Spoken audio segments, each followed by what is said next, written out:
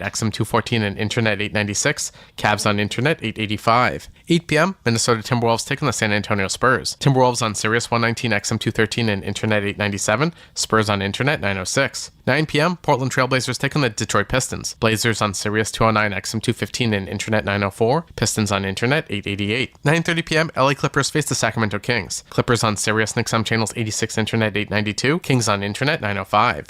In the NHL, 1 p.m., Philadelphia Flyers take on the New Jersey Devils. Flyers on Sirius and XM channels 91 Internet 940, Devils on Internet 936. 3:30 p.m., Washington Capitals take on the Seattle Kraken. Capitals on Sirius and XM channels 91 Internet 950, Kraken on Internet 943. 3:30 p.m., Minnesota Wild take on the Pittsburgh Penguins.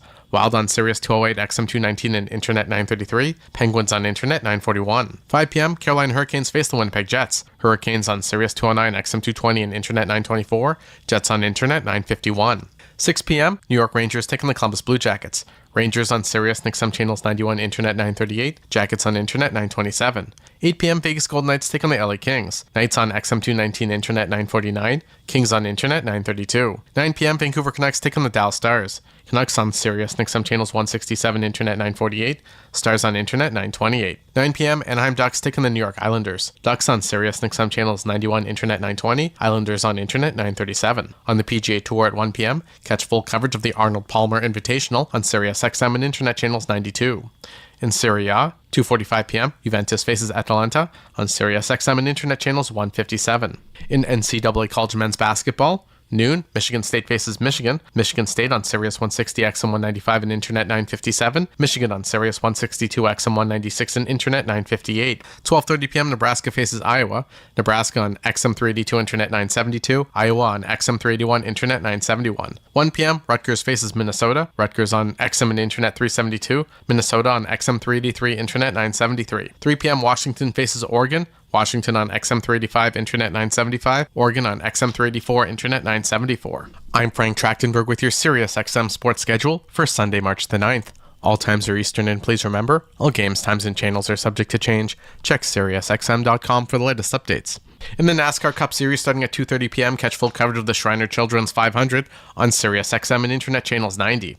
In the NBA, 1 p.m., Oklahoma City Thunder take on the Denver Nuggets. Thunder on Sirius and XM channels 86 Internet 900, Nuggets on Internet 887, National Feed on Sirius XM and Internet channels 80. 3:30 p.m., New Orleans Pelicans take on the Memphis Grizzlies. Pelicans on Sirius and XM channels 86 Internet 898, Grizzlies on Internet 894. 7:30 p.m., Philadelphia 76ers take on the Utah Jazz. 76ers on Sirius 106 XM 212 and Internet 902, Jazz on Internet 908. 8 p.m., Milwaukee Bucks face the Cleveland Cavaliers. Bucks on Sirius 208 XM 214 and Internet 896, Cavs on Internet 885. 8 p.m., Minnesota Timberwolves take on the San Antonio Spurs. Timberwolves on Sirius 119 XM 213 and Internet 897, Spurs on Internet 906. Follow every second of the action on NHL Network Radio. From behind the bench to every play on the ice. If it's hockey, it's on SiriusXM NHL Network Radio. SiriusXM 91. I'm Ryan Payton for SiriusXM Sports. In the 1960s and early 70s, there was one name in NCAA basketball, UCLA. They were dominant over a 12-year stretch. They won all 30 games they played in 1963. The first of 4 times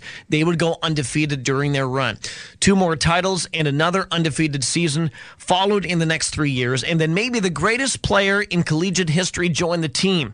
Kareem Abdul-Jabbar, known as Lou Alcindor at the time, took the NCAA by storm. He led the Bruins to 3 straight championships, averaging 26.4 points per game. They even banned dunking from 67 to 76 because of his dominance. When he finally left the Bruins camp,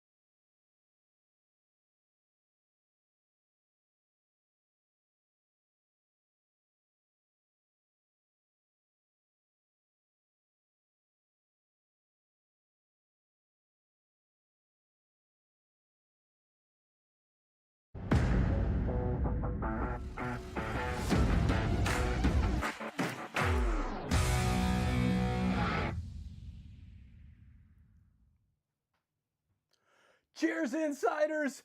Thanks for hanging out with us tonight for TFC's third game of the season against FC Cincinnati at TQL Stadium. I think it's still called that. At least it was called that when I was there a couple years back with my buddy Joel. Thank you all for hanging out with us. Please take a second to hit that like button down below and please share this link out. We are trying to build an awesome community of Toronto FC fans from all over the world right here on Toronto Sports Insider. Thank you. Now, let's get back to the soccer. Hopefully, TFC can get something tonight in Cincinnati. We've got to get a point, at least, on the road, setting up the home opener coming up on March 15th at BMO Field. Can't wait to see you guys and hang out with you in the chat. Go TFC, go. Let's cheer loud, TFC fans. So glad to find a bunch of fellow TFC crazies out there to hang out with me on game night. Go TFC, go.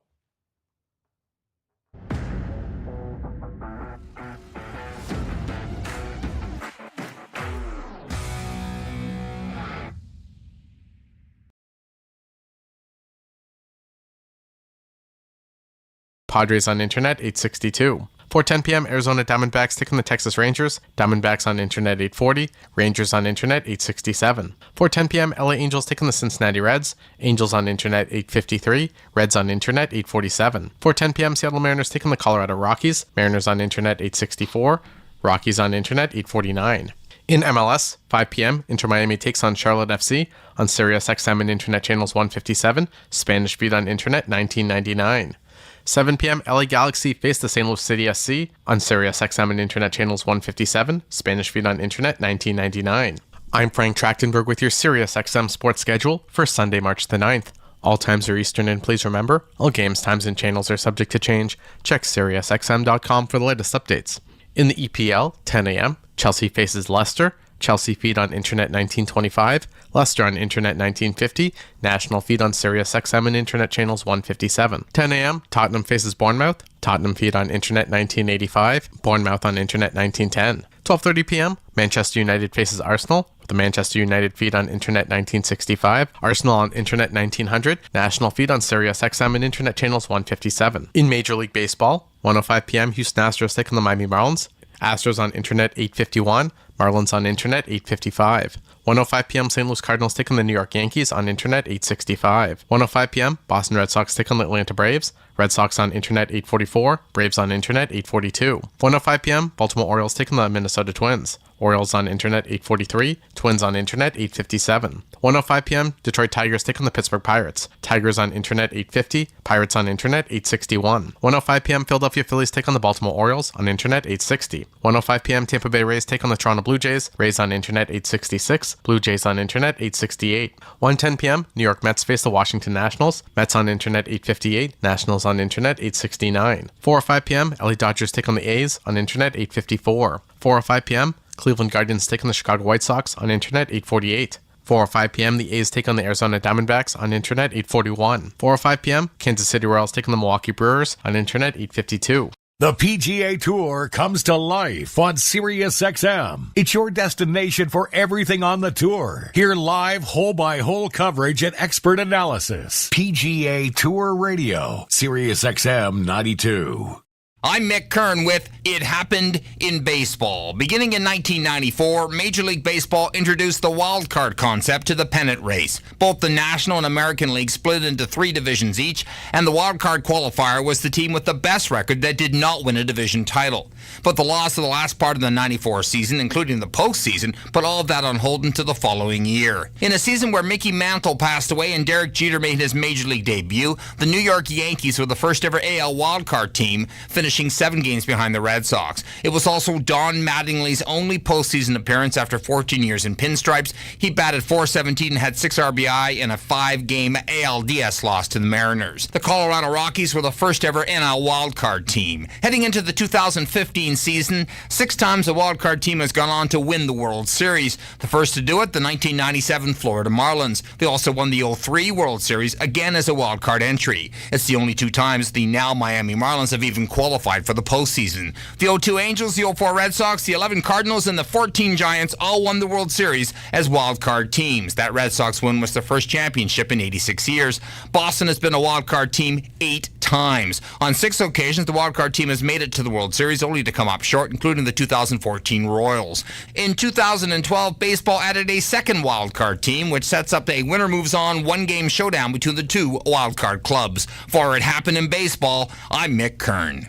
SiriusXM has soccer covered end to end. SiriusXM FC. Hear live play-by-play and talk shows hosted by legends of the game. It's SiriusXM FC on Channel 157. I'm Frank. To win a league should do, and they could virtually kill the whole atmosphere by getting hold of the ball and doing everything right, and maybe go and get that first goal, because in that is a melting pot at the moment, Old Trafford. And if Arsenal go there and take command of that game, then the whole atmosphere is going to change towards the people who are running the club.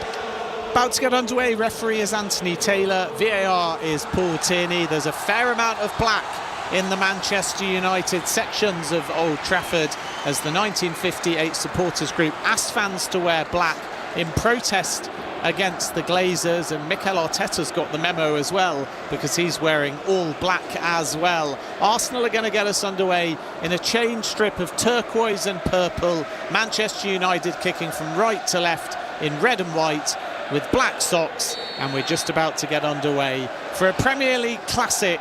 Manchester United against Arsenal on Premier League Live. Arsenal kicking from left to right, have the ball, go long down the left-hand side. It won't quite reach Trossard, and it's hacked away early on by De Ligt.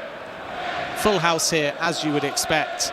And from Arsenal's perspective, they're looking to move 57 points and get back within 13 of the leaders Liverpool. And they will have one more game in hand as well, so they can cut it to 10. Arsenal have got Chelsea before the international break.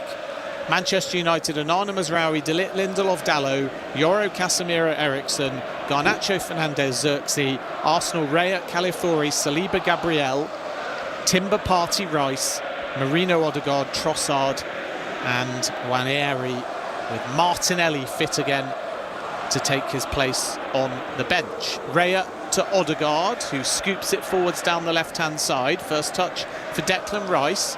Pretty neat here by Arsenal. Odegaard picks it up again and crosses over the halfway line. He's 5 yards in field, 40 yards from goal. Now Arsenal will switch the play to the right-hand side. Timber, Nwaneri, first touch on the right-hand side.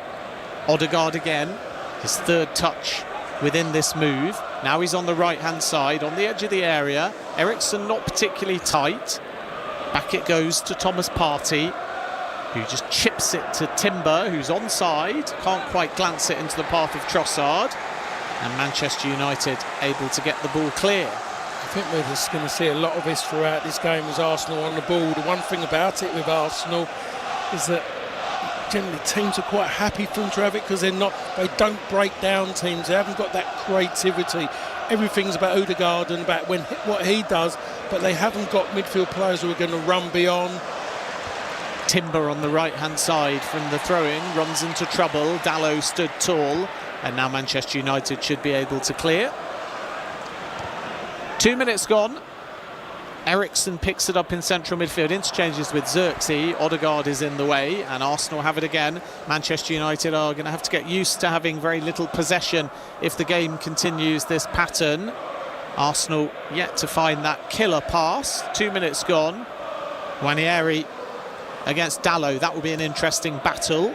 Back he goes to Timber. Mikel Arteta already in his dugout. It's his 200th game as a Premier League manager. Arsenal work it quite neatly there, and Marino tried to just dink it into the path of Rice, just couldn't bring it down on the stretch with his right toe, and it's harmlessly back in the hands of Onana. And I just think sometimes the way this game is, and now I've got Xerxes up front, they do need I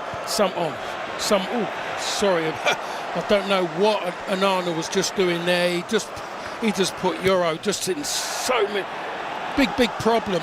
Manchester United a calamity and somehow the ball spins back to Onana when Marino was lurking. There were two players there, including Casemiro, with no Arsenal shirts around them, and Casemiro kind of spun straight into Lindelof, and then it ricocheted back almost to Marino, but luckily Onana was alert. Well, I mean, it was his fault, so he needed him alert after what he went and done. He started with a terrible ball, too much pace in it to Euro, and they couldn't get themselves out of trouble. The ball was pinging about too quick. Arteta, the second youngest Premier League manager to reach 200 matches in charge. And he's got a relatively good win rate as well, 118 out of 200. So Alex Ferguson's first 200 saw him win 122, so not much difference between them, other than, of course, silverware. Yeah. Just shows you can win games, but not necessarily the right ones at the right time. Yeah, that's absolutely correct. 4 minutes gone, Manchester United 0, Arsenal 0. It's the late kickoff, and it follows Chelsea beating Leicester by 1-0, and Spurs 2, Bournemouth 2. At TalkSport Live, if you'd like to get in touch, we'd love to hear from you. As ever, do send a photo so we know what you are up to on this Sunday afternoon, or lunchtime, of course, if you're in North Central or South America. 4.5 minutes gone, no chances yet for either side. Lindelof has the ball at the back for Manchester United, goes out the left-hand side in Euro, who helps it on to Dalot, up to Eriksen, poor touch under limited pressure in the form of William Saliba, and it's an Arsenal throw-in on the halfway line. Well, I'm just surprised to see Lindelof playing in the middle of the three with Euro on the left and De Ligt on the right. I just thought De Ligt would just give you that little bit more surety in the middle. Throw-in taken by Arsenal, one back by Manchester United though in the centre of the park, and then Garnacho was clipped down by Partey. Free kick to Manchester United on the halfway line. Partey was just on the stretch and stuck his right boot to the shin area of Garnacho. Cheap free kick to Manchester United on the halfway line with 5 minutes gone. Christian Eriksen standing over the ball. No real urgency yet about Manchester United. They're just trying to settle in the game and maybe limit a bit of the damage early on, expecting Arsenal to come at them. Christian Eriksen may go route one here.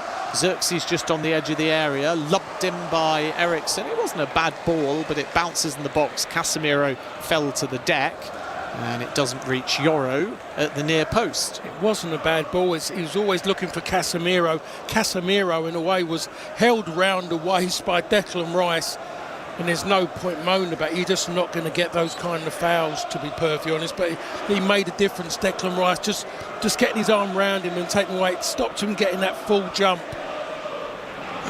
6 minutes gone. Ben Jacobson, Paul Parker with you at Old Trafford. And it's 0-0 between Manchester United and Arsenal. I'll run through the teams for you again when we get a break in play, in case you're late to the broadcast. Arsenal have it at the back. Raya. Short ball out to the right-hand side. Odegaard back to his goalkeeper again. And then Raya just about forces it through, and it's a neat ball as well to Marino, who crosses over the halfway line. Not too many options other than Nwaneri to his right. Marino checks. Calafiori just lets it skip to Rice. Back to Odegaard, 30 yards from goal. And he plays a neat little ball to Declan Rice, who brought it down initially on his chest and then nearly adjusted his feet to carry it towards the penalty area, in which case he would have been able to get a shot on goal. But Manchester United with plenty of numbers back, and Rice dispossessed by Casemiro. Well, Casemiro just stuck a leg out there. He had to make contact. If he didn't make contact with that ball, Declan Rice was going to go over, and it would have been given a pen. But again, they got the ball inside the box and didn't really cause United problems. Manchester United caused their own problems with ifs and buts who were going to go and attempt to win the ball. And that's how the game's been so far. Manchester United have just stepped really just into the attacking third without causing any problems. While Arsenal have threatened the final third, got inside there, but the only time they have caused a problem is when Alana caused it for Manchester United. Hello to Cute Sports Guy, who is catching the call driving the highways in the southeast United States, and says have a good call, and he is listening on Sirius XM. 0-0 here, 8 minutes gone, no meaningful chances. Arsenal very intricate, but they've not been able to find that cutting pass yet. As Partey has the ball, goes short and square to Odegaard on the halfway line. The Arsenal captain looking for options. Califiori has stayed in an advanced position. He had to check his run though to stay onside. Odegaard goes short to Trossard instead, who only really has Gabriel as an option behind him. He's being hounded by Garnacho, the only Manchester United player to press at the moment. Infield it goes to Partey. Arsenal a bit stagnant at the moment. Manchester United holding their position. I just think United are not looking to push up, really squeeze them up high, because they know that if they just keep a little bit deeper, Arsenal do struggle to break down. Odegaard and Rice play a 1-2. Odegaard lays it off to Marino, who gets a shot in, and Onana was wrong-footed, but it's dragged wide of the right-hand post. That's the first opportunity of the game. It all started on the right-hand side. Odegaard driving in. Eriksen didn't go with him. Casemiro lost his man. Odegaard drew 3 defenders. Got a little bit of luck because he ran into all 3. It bounced back to Marino, and through the crowd, he just tried to drag it into the left-hand corner, but it's 2 yards wide. Yeah, it is, and to be honest, if he did get a shot and it was on target, it would have always been blocked, to be perfectly honest. Dragging it wide and out for a goal kick was the only bit of space for him.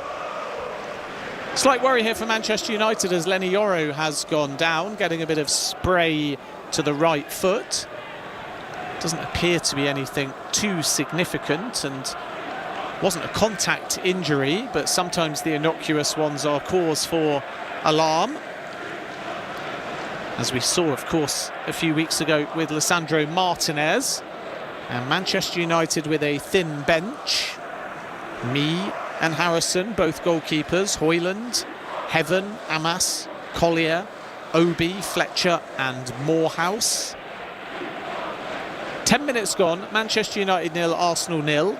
And Lenny Yoro is just receiving a bit of magic spray. Do you know what's in the magic spray? You must have had it enough times.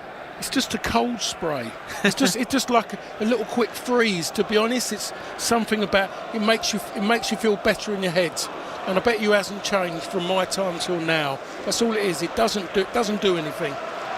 Nothing at all. Just really. Sort of Mary Poppins, like a spoonful of sugar. That kind of medication. Yeah, it is. It's one of them. You got certain players, and they think, oh, it makes me feel better. And it's just like it is just a cold spray. It gives you a freeze, nullifies for a few seconds, and then you just carry on, get the adrenaline going, and hopefully it isn't that bad. And Lenny Yoro is back on. The magic spray obviously worked. 11 minutes gone, Manchester United 0, Arsenal 0 on Premier League Live. Arsenal have won the last 4 Premier League meetings. That's their best ever league winning run against Manchester United. And here's Nwaneri. Couldn't find Partey on the edge of the area. Bruno Fernandes, who's been quiet so far, comes away with it. He feeds Garnacho with the diagonal ball. Garnacho running forwards with purpose here. Up against Califiori. Chips it backwards towards Mazraoui, and in turning to try and carry the ball with him, Mazraoui's handballed it inside the area. Yeah, again, I mean, Garnacho's made this run, and his pass to Mazraoui wasn't very good, was it, to be perfectly honest? And he's had his touch and it's bobbled up, hit his arm as he was trying to hit it on the volley, so that killed it really, that given time. But it was just a counter to the right, and it seems it's going to be that way for Manchester United. In general play, they're just not good enough to keep the ball and maybe make something happen through playing through Arsenal.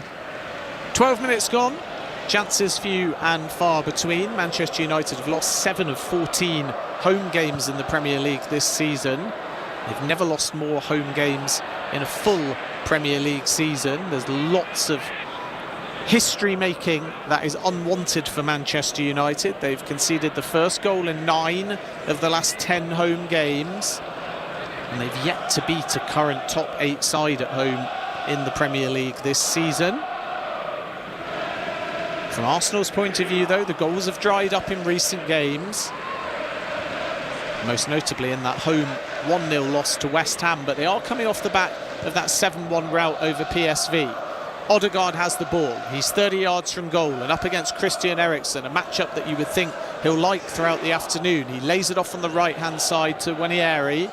Back to Odegaard again, who twists away from Eriksson. Dalot stays with Nwaneri, and he had to remain goal side. Good, strong defending to half clear for Manchester United.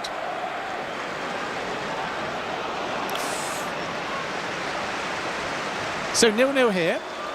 A win for Chelsea to move to 4th, and they've got Arsenal next. So Chelsea not out of the race potentially for second place if Arsenal are to drop points here, although they do have 2 games in hand, including this one now, over many of their rivals. 2 over Liverpool and also Aston Villa, who have played 29. 1 over Chelsea after this game.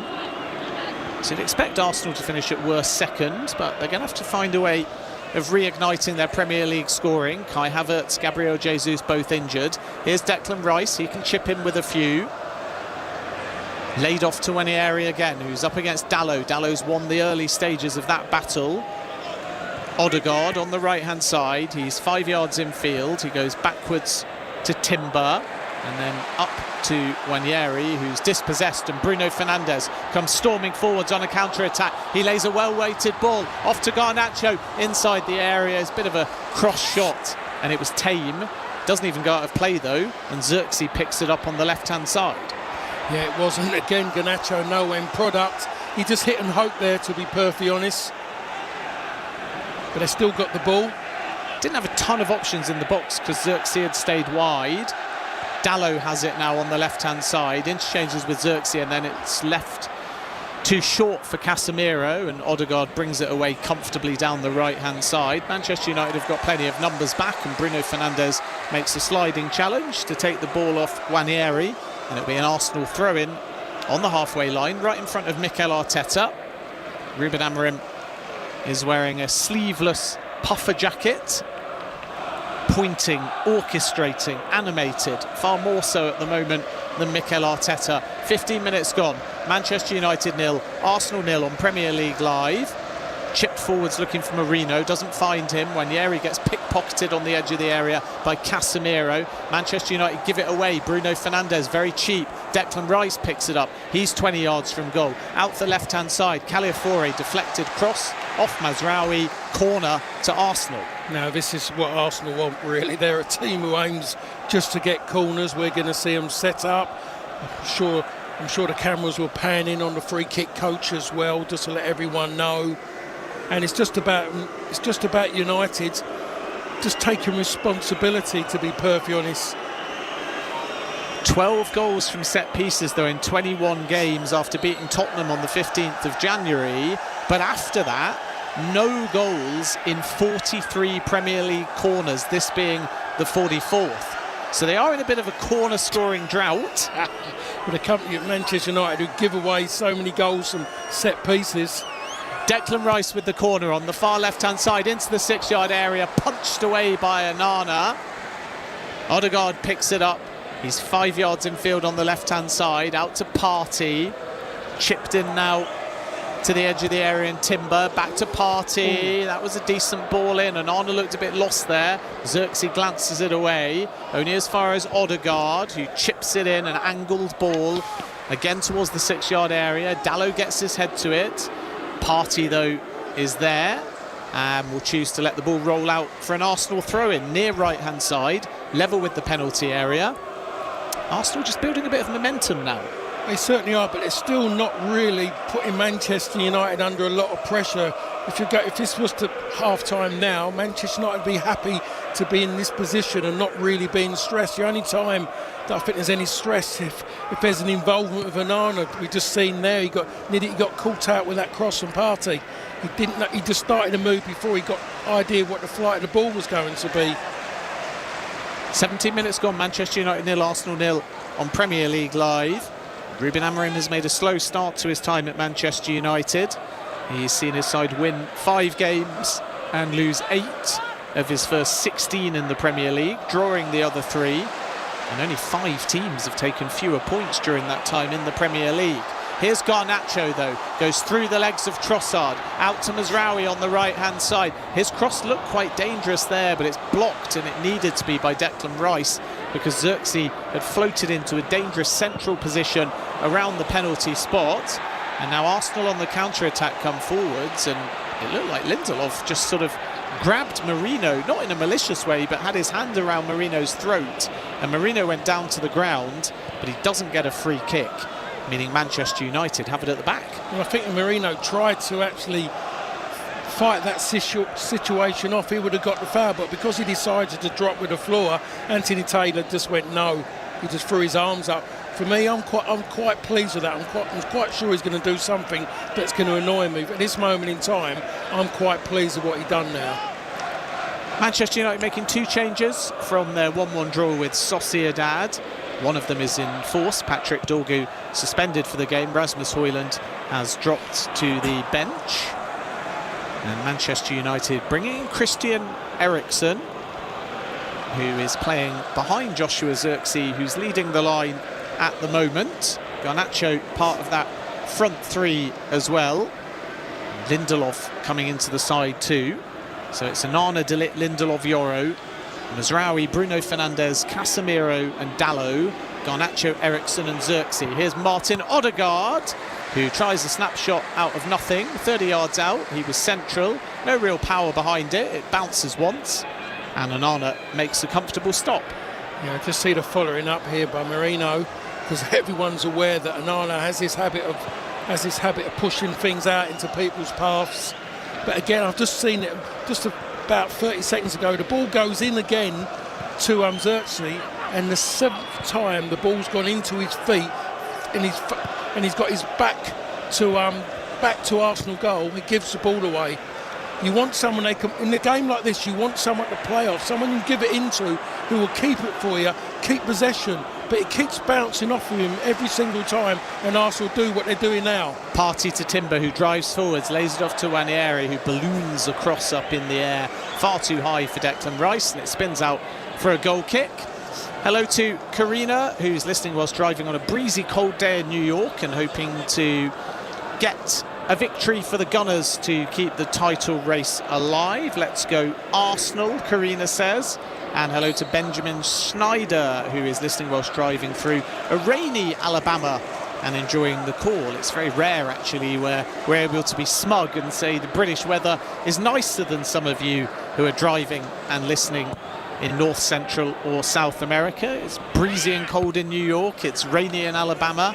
Actually quite sunny here in Manchester. Midway through the first half, it's Manchester United 0, Arsenal 0. I gave you the Manchester United side just a moment ago. I'll reiterate the Arsenal one in a moment. But here's Declan Rice with some space on the halfway line. He floats over to the left-hand side and then just lays it off with a short pass to Trossard, who's forced back well by Mazraoui. Trossard cuts in field. He's looking to switch the ball to the right-hand side. Not many options.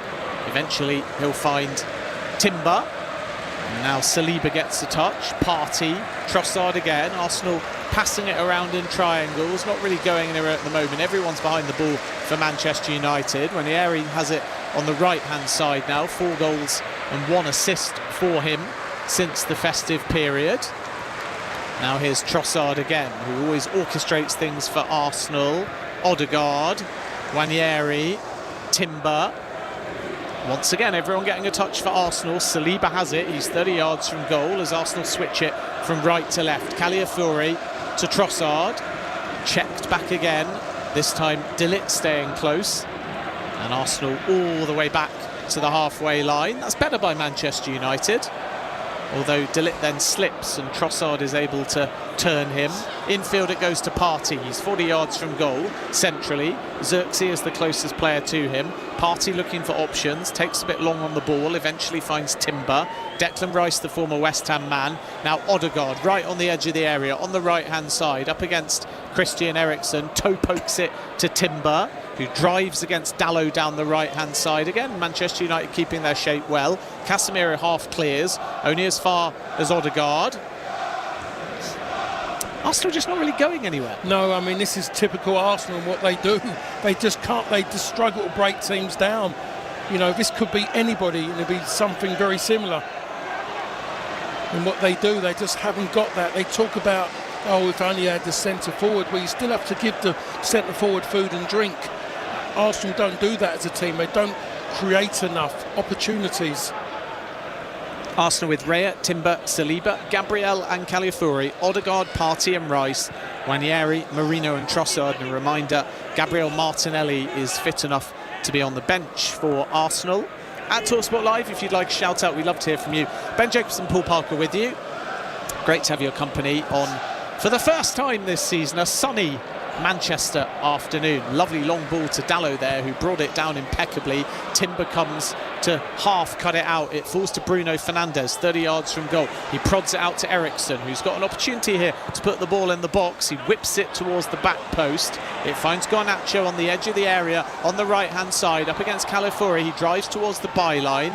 Calafiori stays with him well. Back to De Ligt. Cross towards Xerxes, a little bit too high. And it's going to float out for an Arsenal throw-in by the corner flag on the near left-hand side. I thought that was a lovely little ball, and it was just a communication at the back. I'm looking at Dalot at the back. He's sitting there just inside the back of the 6 yard, and he gets underneath it, but he's with Xerxes. Both of them, Xerxes stands still before the ball's coming instead of moving away, and Dalot just runs into him. So both of them got caught underneath it. It just shouldn't be that way. That was a lovely little ball, and the first ball that they've actually put into the box that caused Arsenal a little bit of a problem, made their defenders think a bit. 24 minutes gone. Arsenal trying to clear their lines from the right corner flag, the Manchester United left. They get it into midfield, and then there's been a nasty collision here, and we are going to get a stop in play. Looks like Marino is the player down for Arsenal. Possibly got caught in the ribs. Referee, though, making sure both players are okay. Mazraoui originally won the ball, and then De Ligt just came clattering into the rib area of Marino, and both players are down.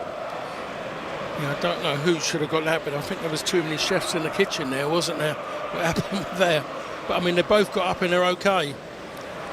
Jim Ratcliffe is present today, and sitting next to the Manchester United Chief Executive Omar Barada, who joined Manchester United from Manchester City with a big reputation.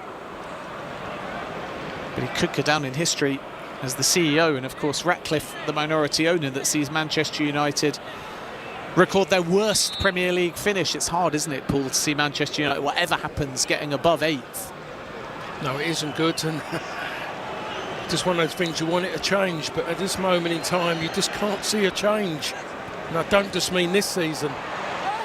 25 minutes gone, both players are up, De Ligt and Marino, and Arsenal come down the left-hand side, and here is Marino moving freely just inside the area, back to Declan Rice. He works it on to Thomas Partey, and his shot is blocked by Eriksen. It spins up, but there's an offside against Arsenal, and it will be Manchester United ball. Just looking there, was it offside? I'm not sure what it is. Just sort of ball in, he pointed something to his head or something, the referee, but yeah, I think my read is maybe when the shot came in that was blocked by Eriksen, and then it spun towards the area, there were players from Arsenal in an offside position from the original shot. Eriksen did well, though, to shut down that effort, and with 26 minutes gone, it stays at Manchester United 0, Arsenal 0 on Premier League Live. This is the 67th Premier League meeting between these sides. Arsenal have won the last 4, their best ever league winning run against Manchester United. They've won 8 of the last 12 as well, and Ruben Amorim's first defeat as Manchester United head coach was the corresponding fixture December the 4th. Arsenal won that 2-0. Timber and Saliba, the scorers. Manchester United have actually also failed to score in 6 of the last 12 Premier League meetings against Arsenal, and it's Arsenal coming down the left-hand side now, and Trossard will try a cross from the edge of the area, and it will spin off a Manchester United defender, and Arsenal have their second corner of the game. If you're looking at it, this is Manchester United's biggest threat, really, from dead balls from Arsenal, really, because a lot of their game is put into these situations.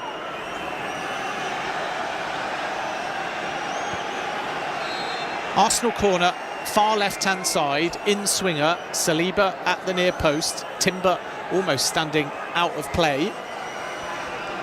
And now a cluster of players move inside the 6-yard area, but it doesn't have enough purchase on it, the delivery, to reach Gabriel, and Anana gathers, poor distribution, though. He just scuffed his clearance.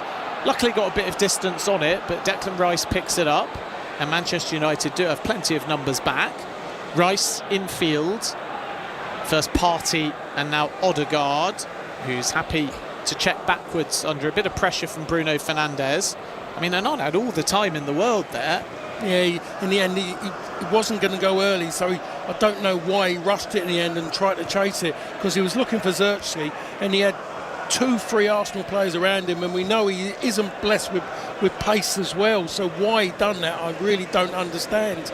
And it plays into the hands against a team like Arsenal who don't Dallow's allowed it. Partey chips it forwards down the right-hand side to Timber, who was offside. Dangerous run, but it will be Manchester United ball. Again, Dallow, if there's going to be a weakness, and he's onside, by the way, it can't be offside. Maybe it's handball as he controls it inside the area. Yes, there's a little one just there. Yeah, there was a handball, but it wasn't offside. Dallow again falls asleep. That's his problem. Poor defender, doesn't react. What I was going to say about Manchester United, it suits them against Arsenal because they don't attack with one pass. They want so many little passes, and it allows them to get people behind the ball. Every team quite enjoys playing against Arsenal. The biggest problem is about from their corners, but in general play, you know you're not going to be broken down that often. It's about what you can do when you get the ball. And the one thing that United can't do if they do get on the ball is counter very quickly. They lack pace. Wanyeri, possible Arsenal counter-attack. Feeds Calafiori, coming forwards with purpose, 30 yards or so from goal. Bit of a cross shot again, too powerful for Marino to get on the end of, and that's a waste by Arsenal. 30 minutes gone, Manchester United 0, Arsenal 0 on Premier League Live. Yes, 30 minutes gone, it's Arsenal's first counter, and the delivery of the pass, you could see what he was thinking about doing, but it was so much pace in it. But again, Manchester United get caught because they don't keep the ball. They've left themselves open, and they don't keep the ball. Arsenal with Raya, Timber, Saliba, Gabriel, Calafiori, Odegaard, Partey, Rice, Wanyeri, Marino, the makeshift striker, and Trossard. Marino, who scored 2 goals when first playing in the role against Leicester City in a big win at the King Power Stadium. Basically hasn't been in this position since he was 9 years old. Just over 30 minutes gone, and it's Arsenal who have the ball on the halfway line. Odegaard, backwards he goes. Garnacho trying to shut down these Arsenal midfielders. Xerxes and Eriksen less so. Calafiori to Trossard. Difficult ball back to Rice, who does well to fend off Xerxes. Then it's thread through to Trossard, who tries to curl one into the right-hand corner. And he certainly had space and time to pick his spot, but the ball was slightly stuck under his feet. So difficult, therefore, to get it away and really whip it into that top right-hand corner. But Onana with a heart-in-mouth moment, and Trossard with half a chance. Yeah, it was a little bit good fortune on his side. The ball was played to his wrong side, hits the inside of his foot, goes in front of him onto his right foot. He doesn't actually get his foot around it, but in the end, where the area is there aiming for, I don't think Onana wasn't getting there because there was so much pace on it as well. Didn't miss that far post by much. Leandro Trossard with a sniff at goal. 32 minutes gone, Manchester United 0, Arsenal 0 on Premier League Live at TalkSport Live if you would like to get in contact with us. Always great to hear from you, and tell us where you are in the world too, because we are of course global here, much like the Premier League on Premier League Live. Arsenal have it on the halfway line. Partey works it out to the right hand side. Timber to Odegaard, who's hugging the right touchline for once, looking for options. He's got Timber on the overlap, goes infield to Declan Rice. Wanyeri now on the right hand side, got a run at Dallow and Eriksen, back to Martin Odegaard again, who chooses not to cross and goes square to Gabriel, who couldn't quite find the angle to play in Calafiori, and Garnacho comes away with it. Back to Mazraoui, who's a little bit static, and it invited pressure from Calafiori, but Manchester United get it away. Bruno Fernandes now outside of the boot to Lenny Yoro, and that allows Manchester United to switch it to Dallow, which gets some applause from Ruben Amorim.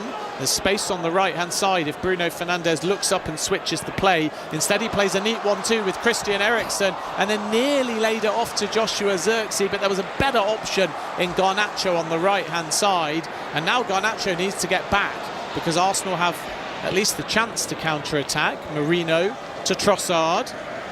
First sort of spell where we've seen more of an open game. Yes, exactly right. And it started with Bruno. It was just his decision in the end.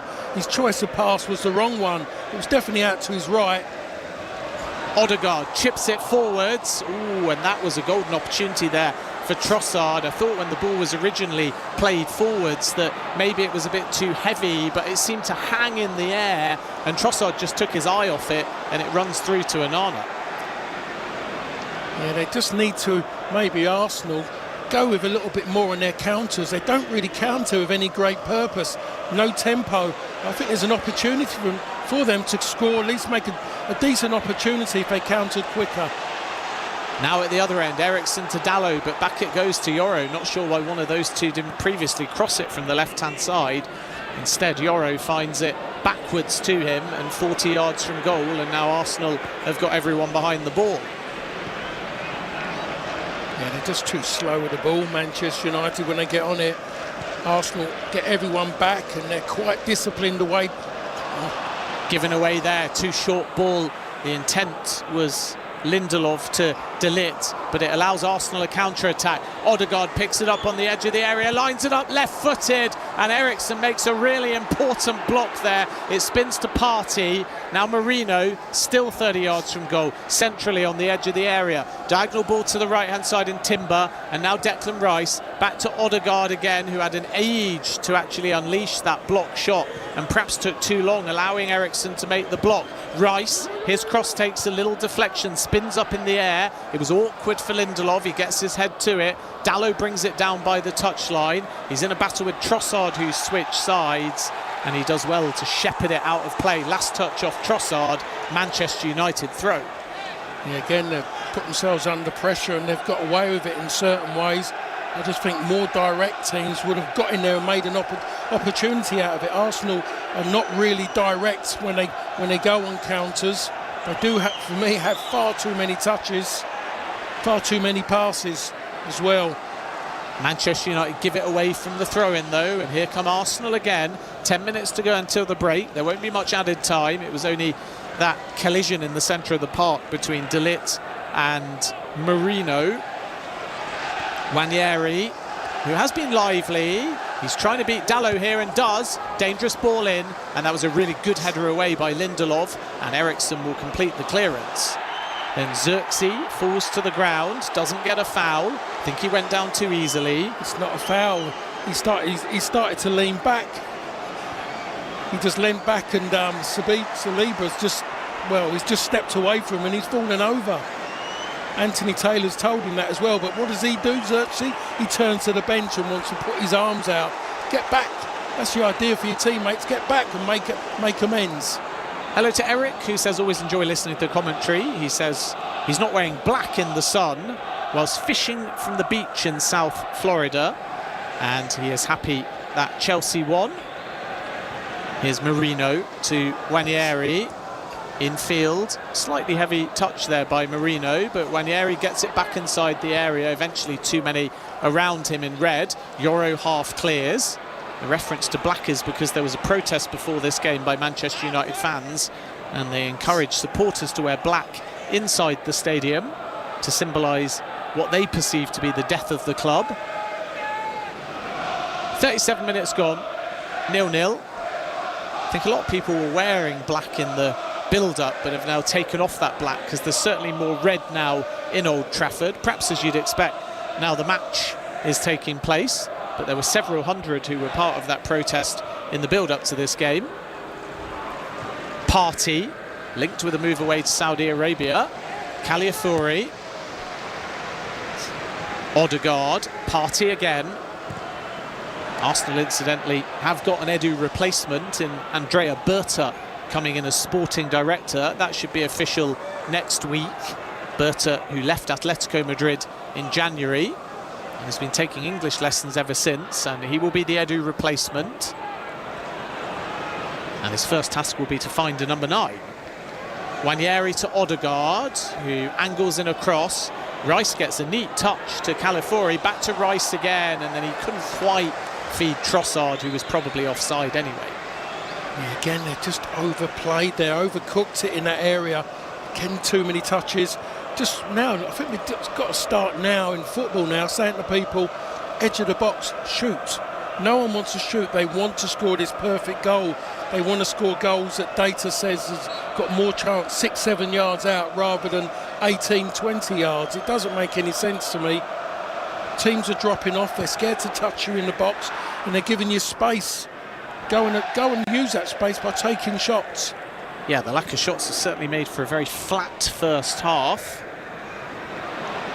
And Manchester United won't be too disappointed to get in 0-0 at half-time. You would imagine Rasmus Højlund may get some minutes in the second half. And I wouldn't look at him, to be honest, really. I think I'd look at a more mobile person. Maybe Obi. I certainly would put him up against his old team. They know him, of course, but he knows them. And we saw that stint, his last stint, he's got energy about him. Yeah, had some big chances. Still looking for his first senior Manchester United goal due to injuries. Finds himself, though, in the first team matchday squad.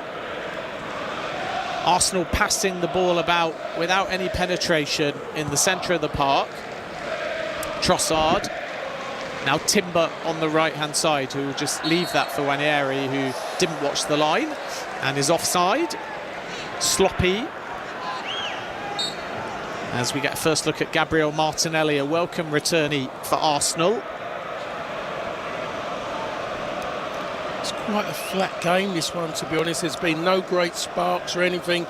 It's not the usual games that we're talking about years gone by when there's energy, there's a little bit of fierceness around it as well. It's a bit volatile, very, very flat. Yeah, no edge, no spark. And maybe that's what it needs, a crunching tackle or something from the home side to really get this crowd behind them. Because you just sense the inevitable that eventually Arsenal will find a bit of quality if it continues like this, as Marino gets out of Yoro, keeps the ball well. Yoro falls to the ground, and then Marino tried to force it into the path of Trossard. It's again too strong, and Onana will be first to that ball. He goes short to Lindelof. 5 minutes to go until the break. I can't believe we'll get anything more than 2 minutes of added time.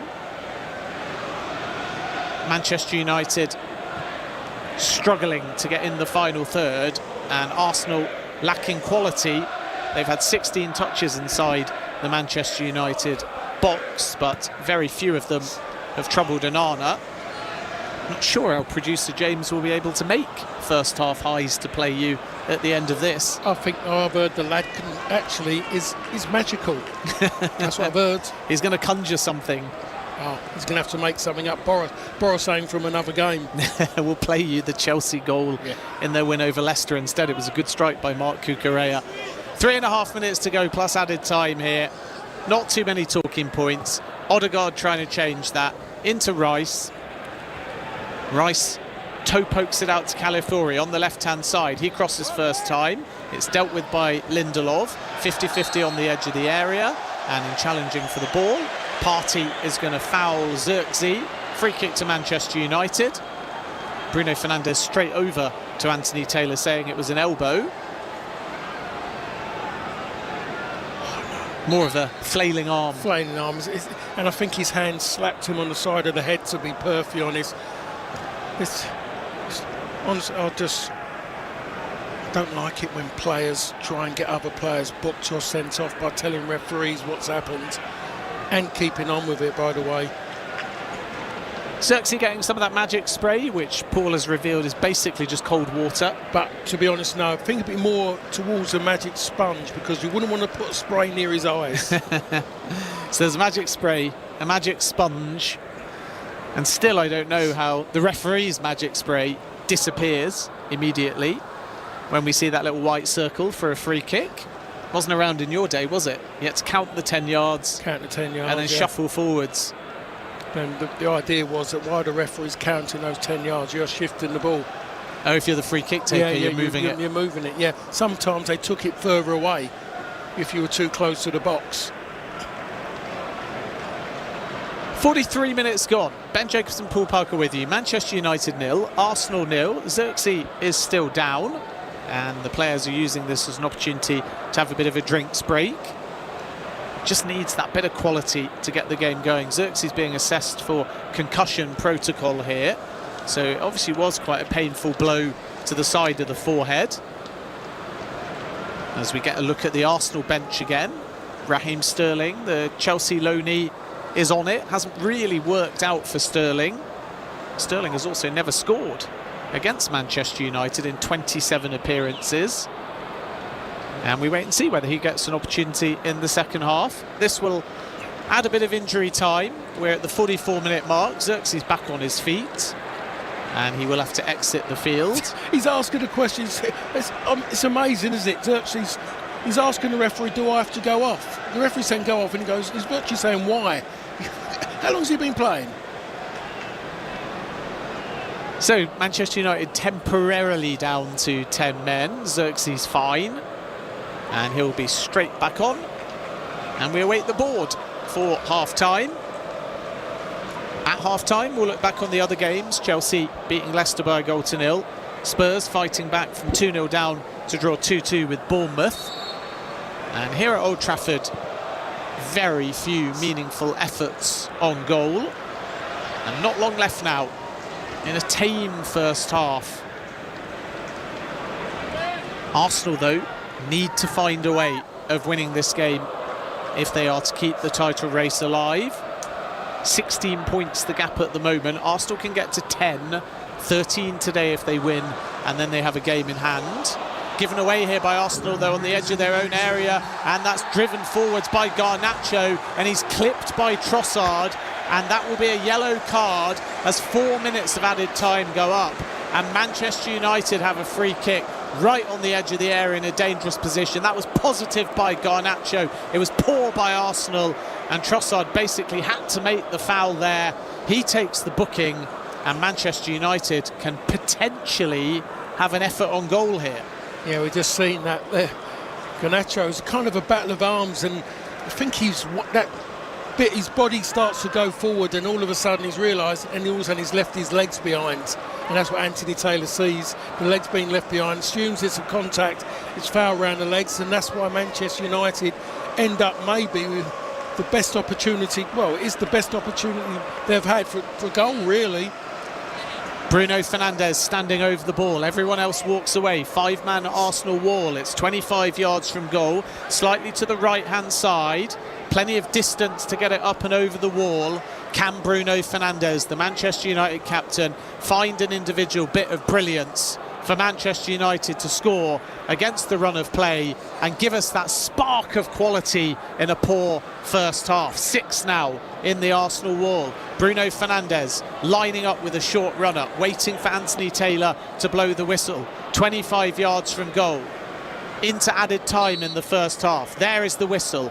Bruno Fernandes, up he steps, 25 yards out, up and over the wall, and into the back of the net. It is a world-class free kick from the Manchester United captain. Fernandes finds some quality in added time, and Manchester United lead Arsenal by 1-0, and it is quite simply a superb free kick by Bruno Fernandes. It's the only bit of quality in this game so far, and it's gone to the team that's hardly touched the ball in an attacking area, to be perfectly honest, and he hits it. I just look at that David Raya, and I just wonder, he's so far over to his right, he knew where the ball was going because he shuffles 2 or 3 to his left before Bruno Fernandes hits it, and even then he's still too far away. So for me, his starting position was all wrong. Was he too far back on his line to make the distances up? But he realised it just as Bruno Fernandes running up, he's got to move to his left side, and it was a fantastic free kick. Do Manchester United deserve it? No, to be perfectly honest, but at this moment in time, they'll take anything offered. It's a Manchester United goal celebrated by Liverpool, which we don't say too often, and Bruno Fernandes again proving the player that bails Manchester United out of trouble. And with 2 minutes left of first half added time, Manchester United lead Arsenal by a goal to nil. 7th Premier League goal of the season. He's got 7 assists as well. And Manchester United putting a totally different complexion on the team talk of Ruben Amorim. It's Manchester United 1, Arsenal 0. And now Arsenal have to somehow find a way of scoring 2 goals. Otherwise Liverpool are in the box seat, if they aren't already, of course, to win this Premier League title. 90 seconds remain and Arsenal have a throw-in. The Manchester United goal was their first shot on target and just their second of the game. Here is Saliba. Arsenal have had 6 attempts, only 2 on target, and nothing seriously testing Onana yet. The 4 minutes of added time are up. This should be the last action. Wanyeri down the right-hand side. Dalot is there. He blocks the ball. And it is going to be a corner to Arsenal, with probably only the goal celebration time still to be added on. We're seeing Aidan Heaven warm up as well for Manchester United. Don't think they'll make a change before the break. Arsenal corner. Martin Odegaard to take it. Near right-hand side, into the 6-yard area. Down on the ground goes De Ligt. Doesn't get a whistle. The ball reached the back post, but Manchester United able to scramble it away. And there is the half-time whistle, and it comes just as Manchester United, Paul Parker, thought they were going to get one more counter-attack towards Garnacho, who punches the air in frustration that the attacking play was not allowed to continue. But Manchester United will be delighted with the scoreline, at least at the break, thanks to a bit of brilliance from Bruno Fernandes. Absolutely correct. The problem with Garnacho, he's done all that. He was offside. That was the problem. He's punched the air, but he's offside. So it made no difference. Half-time at Old Trafford. Bruno Fernandes' stunning free kick 2 minutes into added time. And at the break, it's Manchester United 1, Arsenal 0 on Premier League Live. Previously on White and Jordan. No one buys a football club until that football club is in absolute distress. But the fans look at it differently. Comments, conflict and confrontation.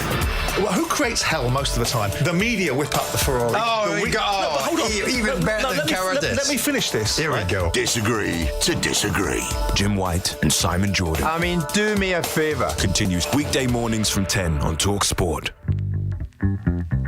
Week in the Tackle with Brian Dunseth and Tom Rennie is a weekly podcast where we tackle the biggest stories from the world of soccer. Stalker, what the hell's happened to you, man? You guys just won't let that go, will you? What's next? You gonna take an elevator to your apartment where you use a cell phone to order takeout? You mean the lift to my flat where I'll use my mobile to order a takeaway? A Week in the Tackle is a weekly football podcast tackling the biggest stories from the Premier League, Major League Soccer, the Champions League, and more. Subscribe now wherever you get your podcasts. Talk Sport Drive. Weekday afternoons from 4 on Talk Sport. Talk Sport Drive with me, Darren Bent. And me, Andy Goldstein. Sports radio that's guaranteed to go the distance. Move up through the gears with all the day's sports. Daily football debates, plus a bootload of banter. Watch the lights. Release the clutch. Drive! Talk Sport Drive with Andy Goldstein and Darren Bent. Weekday afternoons.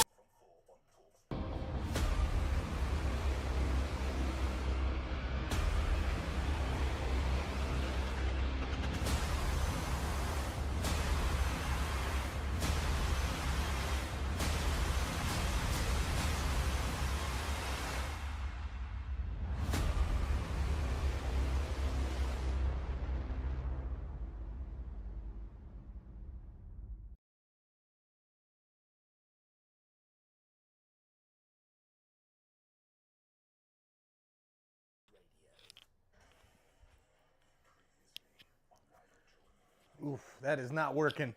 Man, this is not good. All right, we're going to have to get the...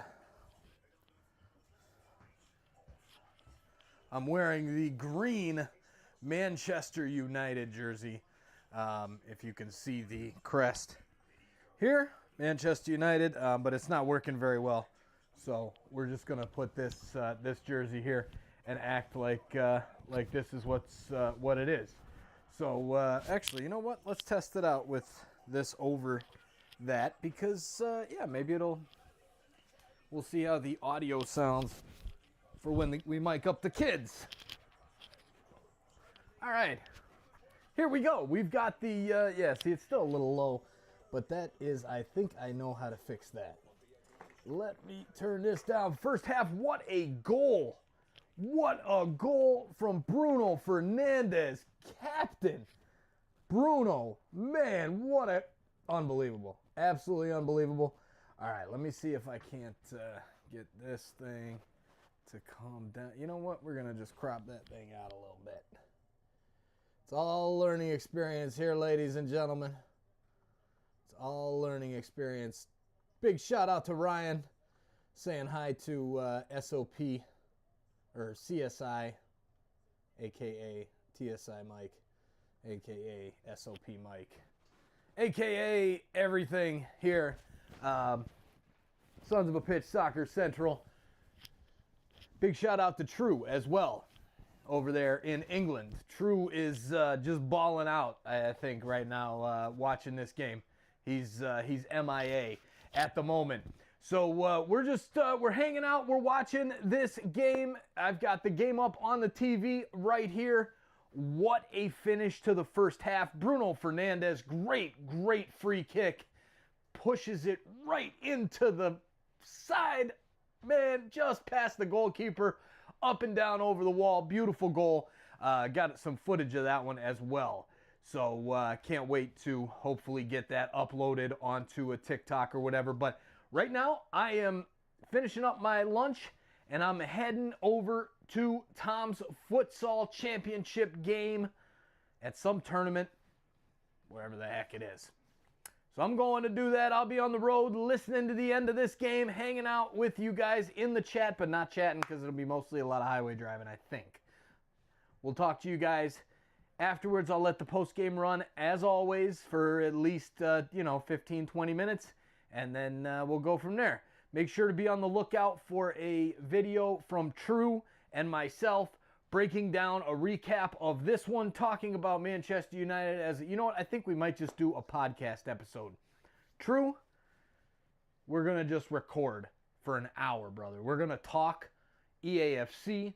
We're going to talk Manchester United. We're going to talk Toronto FC. We're going to do a podcast episode. Let's do it. You in, True? You in? Let's go. All right, we'll put the graphic spin here, and we'll get to the second half. Go Manchester United, go! TFC could not get the win for me yesterday. Come on, Manchester United. Let's go, baby. Let's go. Come on. Come on. True. Everybody message at TrueKiller_ on Discord or X if you want your EAFC games played, champs games, rivals games, whatever. We're going to finish CR7 SBC real soon. True's going to go get another rank 1 tomorrow, Monday. We'll see you back in the chat. Cheers, everybody.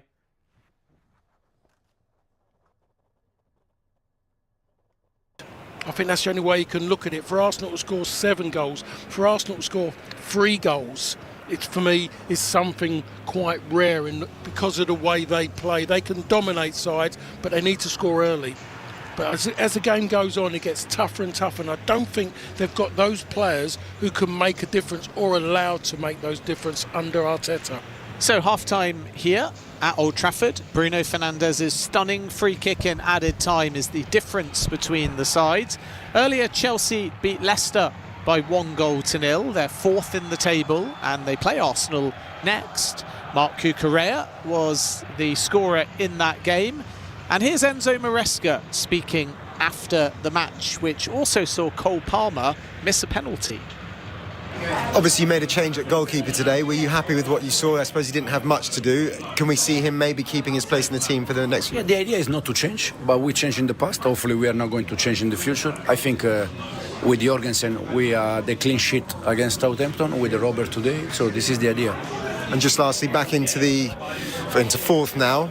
Champions League on the horizon. What would it mean, do you think, to be able to bring that to this club next season? The target is to finish top 4, top 5 Champions League spot. What we need to understand is that, we need our fans, especially at home, because we need 12 players. And they have to understand that these players, they are giving everything. So we need their support for 95, 100 minutes. Do you feel you had that today? We had, absolutely, but we would like to have for all the game. Enzo Maresca there speaking to Jack Robson. In the other game, it was 2-2 between Spurs and Bournemouth, but Bournemouth were 2-0 up in that game, and Andoni Iraola knows that 2 drop points from that position could prove costly in the race for Champions League football. I hope we are in the fight, but still we have to earn it. I think we are performing well, playing well, but especially last games, to finish with 1 point from the games against Brighton away and Tottenham away with the performance we've had is very poor. It's very poor because I think we played 2 very good games, but big teams, teams that can achieve things like this, find ways to win with even less things, with less chances, and I think we have to be more efficient. As for Spurs, they were able to fight back and get a 2-2 draw. Son ending up scoring the equaliser from the penalty spot. But at half-time, Spurs were booed off, and that didn't go unnoticed from the Tottenham manager Ange Postecoglou. We're in the situation that we're in, and, from our perspective, it's about trying to narrow our focus on the important things, and what the important things are is that we show the right mentality like we did towards the end of the game, and make sure we sort of tackle the next challenge in the same way. Ange Postecoglou there. Big game for Tottenham against AZ midweek, same for Manchester United against Real Sociedad, both sides' seasons seemingly hinging upon European football. Paul Parker alongside me. Who finishes higher for you in the Premier League, Spurs or Manchester United? That's a really difficult question. And you got 20 seconds. I'm going to turn around and say I've got to go with Manchester United, just to nick it by a point. Does it make any difference? Anyone going to get a medal? I don't think so. Right, okay. And I don't think either of them will be in the picture for European football, but you never know, because as you said earlier, it could go down to 8th or even 9th if coefficients and so on get involved. But the business is about Manchester United trying to secure a win that will see them move above Spurs, and they're leading at half-time. Second half coming next on Premier League Live. When the biggest names in the game talk, they talk to Jim White and Simon Jordan. Good morning, Graham Souness. Great to be here. David Moyes. We're ready to go again. Tyson Fury, good morning. Simon Jordan and Jim White, the best talk show on radio. Players, owners, moguls, managers. Liverpool legend Jurgen Klopp. I listen from time to time. I cannot say that I'm a fan of Simon Jordan. Jim White and Simon Jordan. The egos have landed. See you talk there, Jim White. Weekday mornings from 10 on Talk Sport. You know the trouble with football podcasts. There's never a great mix of English and American voices tackling the biggest topics of the day from that much craved Anglo-American viewpoint. No, that's so true. But don't worry, I do have a solution. Week in the Tackle is a weekly football podcast tackling the biggest stories from the Premier League, Major League Soccer, Champions League, and more. Hosted by myself, MLS commentator Brian Dunseth, and you, Premier League play-by-play man Tom Rennie. Sounds great, Danny. I'll search for Week in the Tackle and subscribe right now wherever one can get podcasts. Stay connected to intelligent conversation and the latest breaking news wherever you are with the free Times Radio app. Listen in your car easily with Apple CarPlay and Android Auto options. And listen at home via Google Cast or on Apple AirPlay-enabled speakers and televisions. Plus, get instant access to a wide range of podcasts, including Off Air with Jane and Fee, The Story, and Politics Without the Boring Bits. Download the free Times Radio app by searching for Times Radio on the App Store or Google Play today. Talk Sport Drive Weekday afternoons from 4 on TalkSport. With me, Darren Bent, and Andy Goldstein. Unrivaled, opinionated comment from the biggest names in sport. Insane acceleration, outstanding pace, next generation slipstream sport. High performance afternoon radio with more goal talk to the gallon. Belt up and listen. TalkSport Drive with Andy Goldstein and Darren Bent. Weekday afternoons from 4 on TalkSport. The fastest football on the way home. Danny Kelly's Trans-Europe Express on TalkSport. He's a pundit and he's on TalkSport. Ich heiße Danny Kelly mit your match report. On Trans-Europe Express, he has got all the scores with continental football games, big guests, and more. La Liga, Bundesliga, Serie A. Also, Herr Kelly will make sure you're always in the know. He doesn't like to mention back in T3 that he was the editor of the enemy. Yeah. Trans-Europe Express is back. TalkSport's continental collective of breaking news and insider reviews from Europe's major leagues is here. Trans-Europe Express. With Monsieur Danny Kelly. Sunday night from 9 on TalkSport. Also available on music cassette. Premier League Live, second half about to get underway. Ben Jacobs and Paul Parker with you. Great to have your company wherever you are listening. Get in contact with us via @TalkSport Live. Looks like we're going to see some changes potentially at half-time. We mentioned in the build-up to the end of the first half that there were a number of players who were warming up, and it looks like Aidan Heaven is going to be introduced at the break, and Lenny Yoro appears to be the player who is going off. Manchester United leading by a goal to nil. Bruno Fernandes with a stunning free kick from 25 yards over a 5-man Arsenal wall. 2 minutes into first half added time, and it is going to be Lenny Yoro to go off, and Aidan Heaven comes on. Paul Parker alongside me. What can we expect in this second half? I think just much the same we've seen before, with more intensity from Arsenal.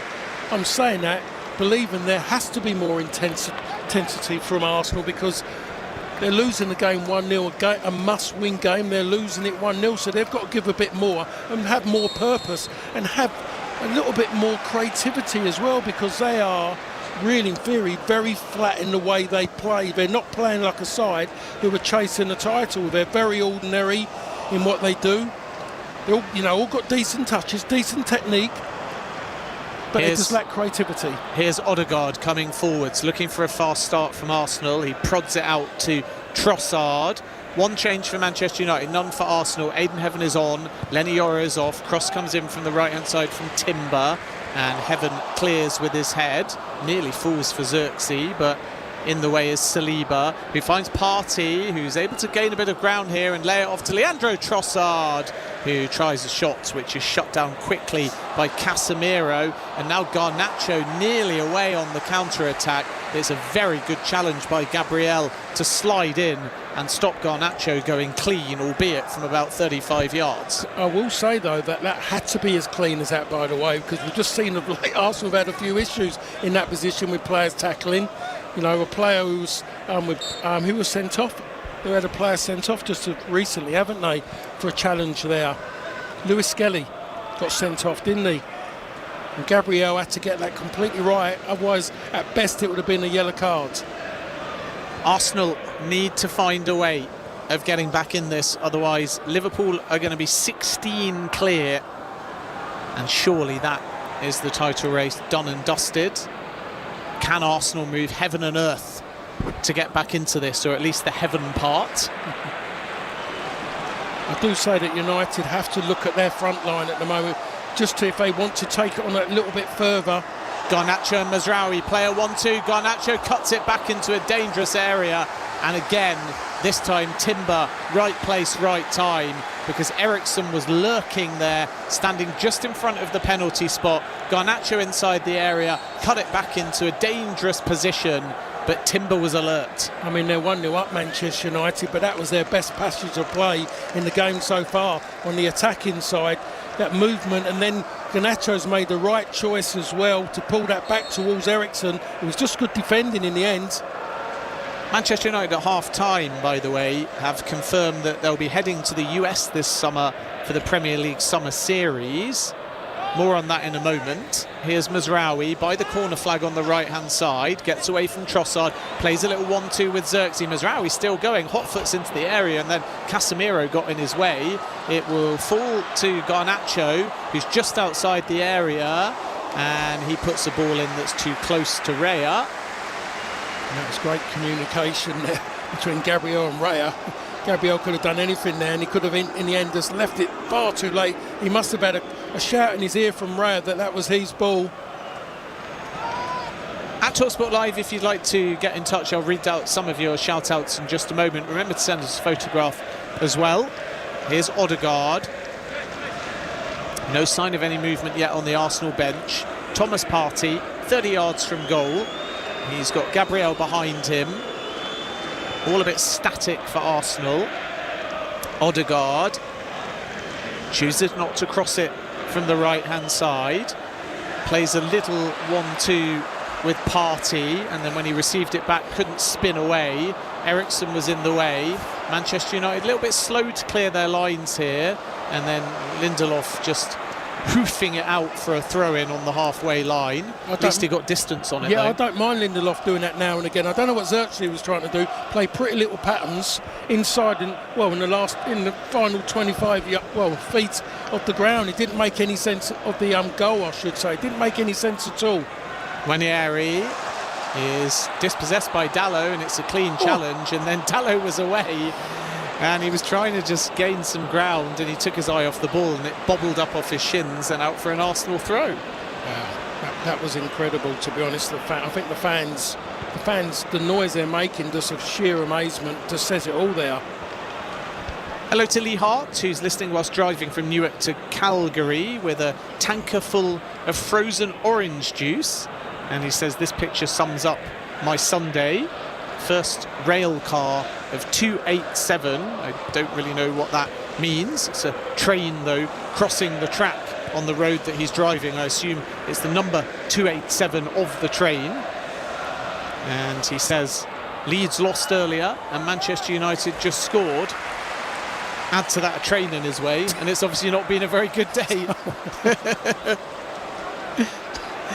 But at least you're safe. The barriers are down, the light is red, you're listening to us. It's not all bad. Yeah, I've seen those moments in American films and series where there's those issues with trains. They don't normally come out quite well, do they? The other vehicles. Here come Arsenal. It's laid off to Odegaard, who tries a snapshot with his left foot from a similar sort of distance where Bruno Fernandes scored, but he was on the left-hand side and he was just trying to whip it into the top right-hand corner. It all came from a short pass by Trossard, and Onana has to fingertip it over the bar. I'm not sure it quite would have dipped and found the back of the net, but it would have been close. I don't know if there was a touch. I mean, Onana's claiming a save there. Doesn't surprise me, but Arsenal never done that in the first half. Now they're having to do it. What a difference it makes for them. Arsenal corner, far right-hand side, 50 minutes on the clock. Cluster of players just to the left of the 6-yard area, including Thomas Partey. They're going to move from the far post to the near post, or they usually do anyway. Odegaard to deliver, Trossard on the edge of the area. Instead it's chipped to Rice, acres of space. Manchester United fell asleep there, and Declan Rice on the volley couldn't keep it down, but it goes down as a half chance, and nobody was picking Rice up on the edge of the area. Well, I mean, I don't know if that's really in Declan's locker. I remember him as a great defensive midfield player for West Ham, one of the best in the country, well, the best in the country at it. Arsenal have taken that trait away from him and trying to make him into this attacking player. For me, it's not working, but if they were looking to pull that back to Paul Scholes, I would have said all day long. Yeah, Declan Rice hasn't quite found his offensive numbers of late, but nobody has for Arsenal. But this is better by the visitors. And here's Timber. He's got Ranieri to his right and finds him, who's up against Heaven, gets ahead of him. That was a decent ball into the near post. Marino didn't take a gamble, and Lindelof glances it behind. I mean, Lindelof has been in the right place on quite a few occasions in this game so far.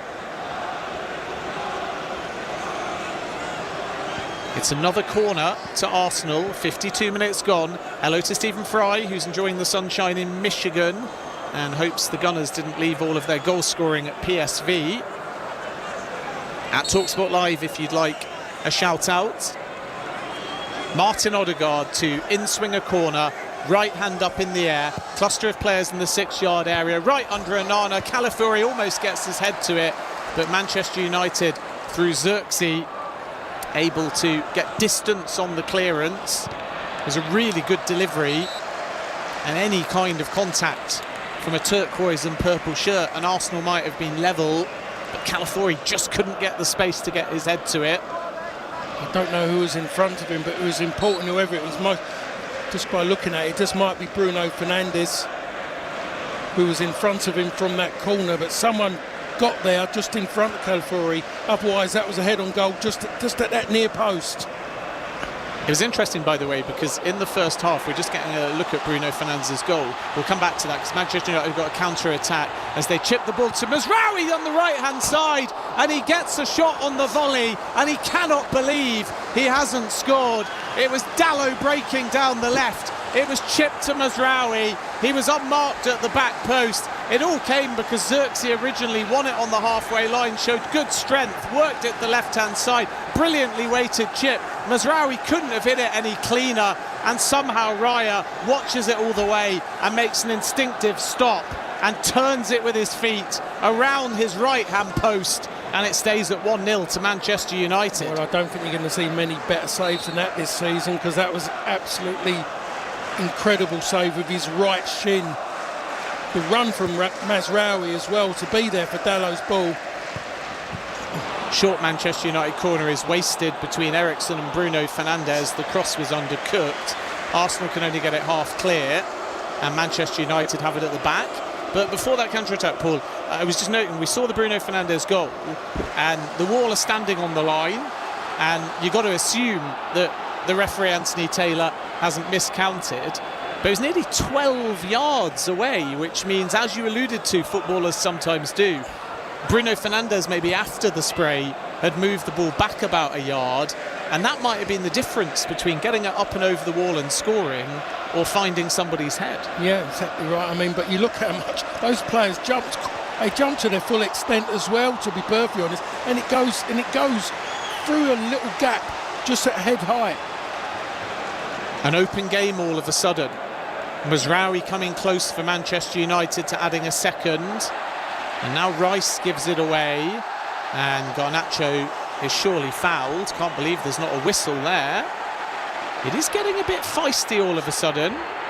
Now Calafiori throws his body into De Ligt, who stands tall.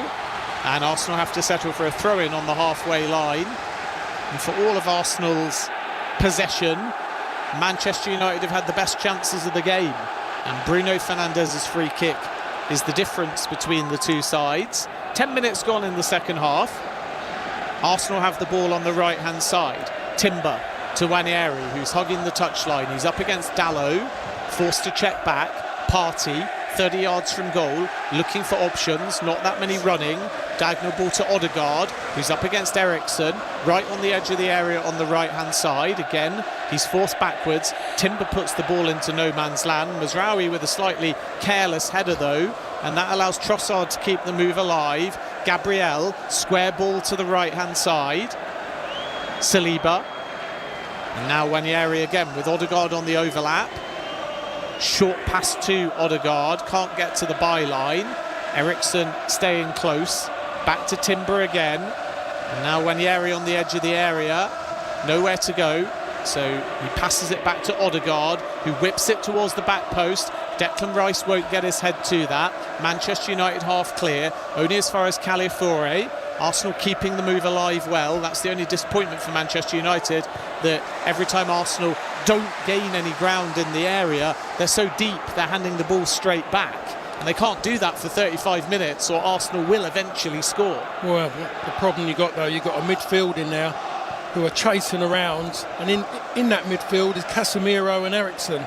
They just cannot carry this on like in this way. They're going to have to somehow come up a little bit so they can actually get hold of the ball and be further away from their back line at this moment. Hello to Hamilton Holmes, who's listening whilst driving around Arkansas. Massive West Ham fan, so rooting for Arsenal. Surely a West Ham fan wouldn't root for Arsenal. Unless he just loves Declan Rice. You can get away with that one to a point. I think he's joking more that Man U 15th coming into this game, West Ham 16th. Now I fully understand it.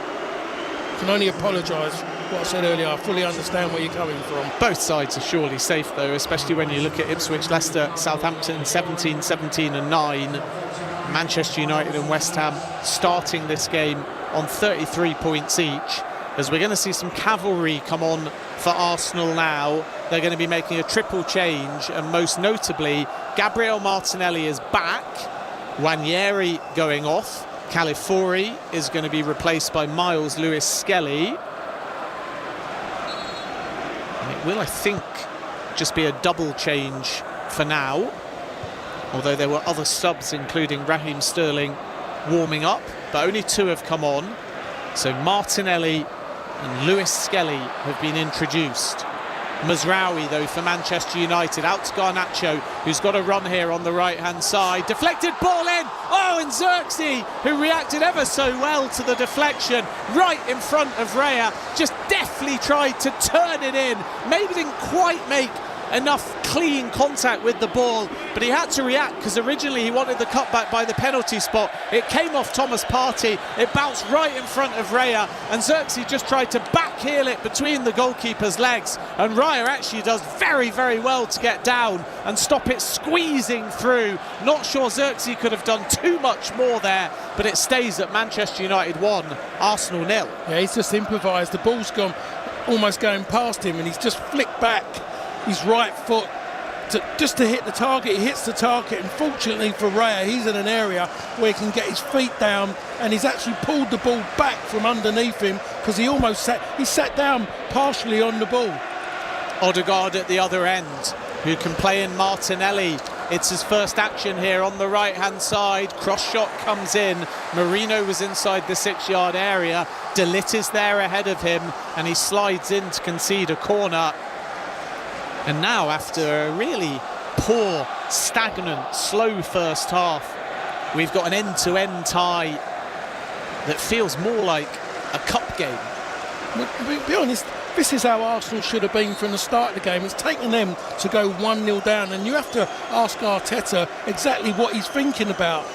He should have been doing this from the start. Odegaard corner in towards the 6-yard area. Onana punches. Rice gets a foot on it. Teed up for Gabriel. He can't get a shot away. Rice to Odegaard, but there's going to be a foul here.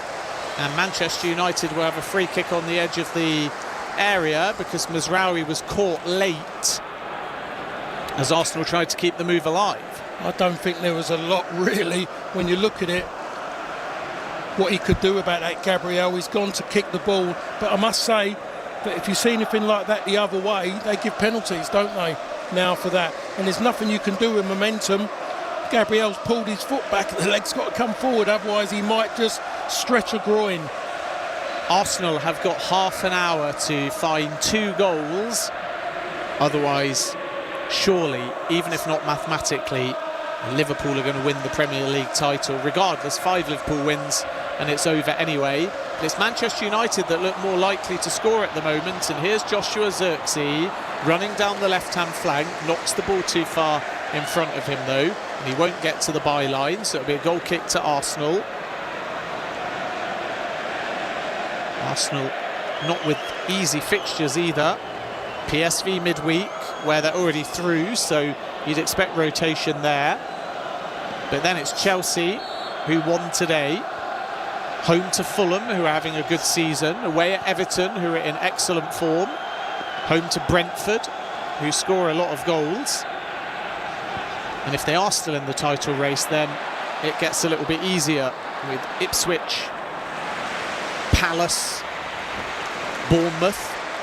But Palace and Bournemouth are playing well too. And then on the 10th of May, Arsenal travel to Liverpool. But as it stands, they'll be doing nothing other than congratulating Liverpool on the title. I'm sure they're going to enjoy that moment. Trossard to Martinelli. Now Odegaard. Back to Timber. Now Partey, who's thinking about a shot but can't really make any space. Runs into Casemiro. Falls into the path of Martinelli. And now the substitute for Arsenal, Lewis Skelly, gets a touch on the right-hand side. Arsenal go back to Gabriel and then switch the play to the left-hand side. Lewis Skelly again. Infield to Rice, who's 30 yards from goal. Rice, a diagonal ball to Timber. And now Martinelli on the right-hand side. Up against Dalot. Decent delivery towards the back post, but Trossard with a height disadvantage, and he didn't really jump. And Manchester United again can clear at the back post through Garnacho. He's fouled by Lewis Skelly. Free kick to Manchester United. I think I've seen already Moreno is actually now playing as a centre forward, because we saw that before. He was trying to roll around and move around. He wasn't static in that role. Now he's gone to that and trying to be in that role now, because they're putting more balls into the box. But I say it, they didn't do this enough in the first half. You're in the position they're in. First thing you go and do when you're in a game like this, you go and take the game to them. And that's what they should have been doing to a Manchester United, a side that has struggled all season at home because they lack confidence. They lack confidence as a team. Individuals are not bearing up well playing at Old Trafford with all the issues going on. And they've just allowed the Manchester United players to ease their way into it, to get comfortable. 64 minutes gone.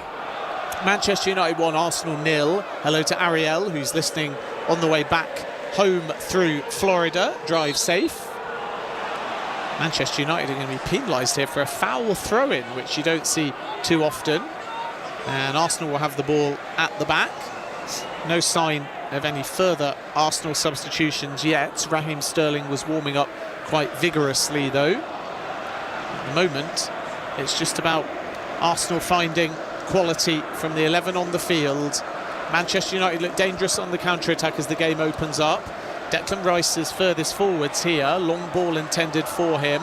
And the touch, I think, has come off Lindelof there. And then Rice gets goal side and just shepherds it out for a corner. So another opportunity for Arsenal from a set piece. And, you know, we said in the build-up, didn't we, how many Manchester United can see from set pieces, but so far so good. Well, see, you just said, I was thinking things, I thought I can't say that. You've gone and said it. I think you might have done, Ben. Odegaard, short corner to Martinelli on the right-hand side. Back to Martin Odegaard, edge of the area into Leandro Trossard, who shapes to shoot and drags it with no power about 4 yards wide. There we go, he didn't curse it. No, okay then. But no, they've changed it up. At least they're doing a little bit of variation now on what they're trying to do, because they were have been one-dimensional in this game. In the first half, definitely. In general, the way they've played this season, the Virtua team, you know what they're going to go and do. But after a while, teams, they suss it. They get ideas how to deal with it. Like you talked about them scoring from corners, it's changed. They're not causing as many problems now from corners. Some teams just couldn't deal with any corner from them. 65 minutes gone. Arsenal with 67% of the ball. 4 efforts. Still, though, yet to really seriously test Onana. And although there's plenty of time left, it's getting into a key 10-15 minute spell, because 1 isn't good enough for Arsenal. They need 2. And at the moment, Manchester United quite comfortable at the back. Odegaard, backwards he goes, and Arsenal build through their centre-backs. Gabriel out to Lewis Skelly on the left-hand side. Trossard is the diagonal option, hugging the touchline. He's 30 yards from goal. Back to Gabriel again. Short ball to Leandro Trossard, the former Brighton man. He switches the ball neatly to the right-hand side. Well, it looked pretty decent, but it skips off the surface, and Martinelli can't keep it in. He never read it, Martinelli. He kind of was back on his heels. He sees Trossard's pull the ball across his right foot. He should have been on his toes and ready to go, but he wasn't. 67 minutes on the clock. It is the late kickoff and the last game of the day. And Bruno Fernandes's goal, his 7th of the Premier League season, is the difference between Manchester United and Arsenal. West Ham and Newcastle, Monday, 8 o'clock. Join us for that one. Big game, particularly for Newcastle. West Ham should be safe on 33 points.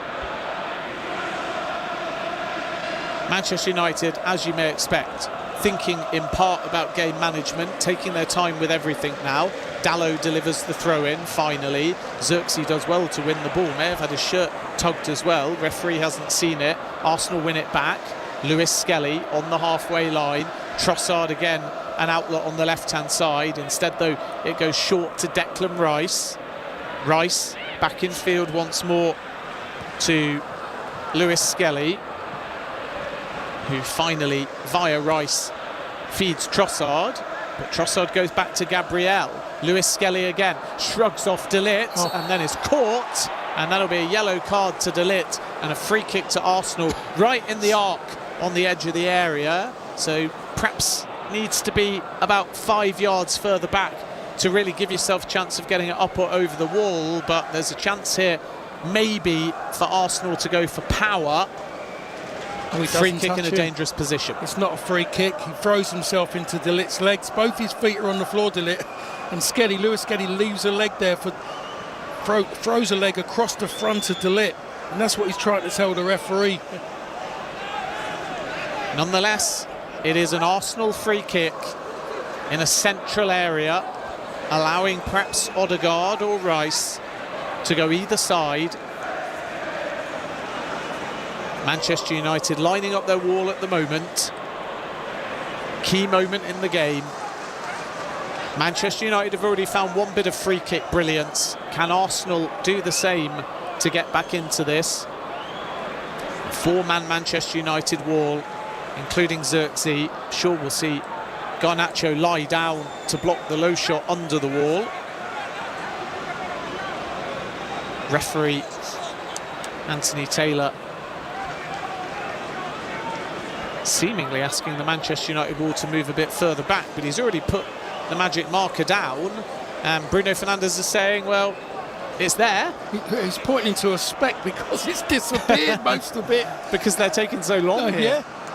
3-man Arsenal wall standing, as we look at it, slightly to the right of a 4-man Manchester United wall, and Bruno Fernandes is saying they need to be further back. No, they can be as close. It's exactly. It's unbelievable. Don't they know the rules somewhere? It's amazing. Bruno Fernandes is still trying to get the Manchester United players to move further back, but they can stand where they like. Yeah, it's absolutely incredible. Finally, we're going to get an Arsenal free kick, and I tell you something, Arsenal have moved this ball back because the foul was in the arc, and now the ball is outside of the arc.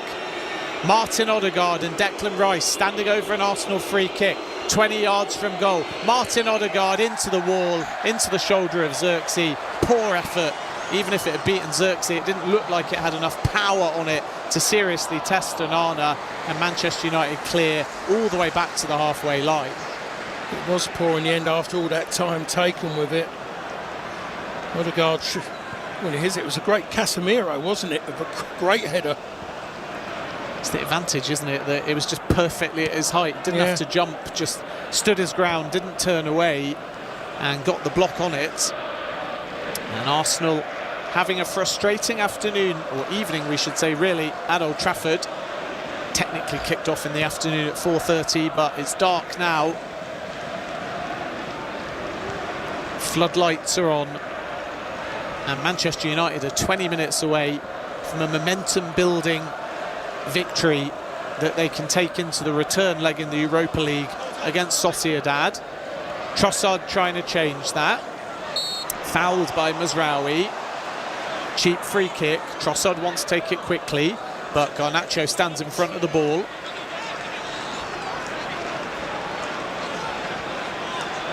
Just don't vary their game. They haven't got enough variation in their game. They're just the system, and it just might just go with a little bit more intensity, but it doesn't alter. They haven't got that, maybe that player who can just go and add something different. That match winner. For all that they've gone and spent, they haven't got it. They've got, in my opinion, a team of very static players. Free kick to Arsenal, 5 yards in field on this near left-hand side, 30 yards from goal. Decent angle here for Declan Rice to deliver. In it comes towards the back post. Dalot glances it backwards, and Arsenal are saying that there's a handball there. Partey couldn't get onto it.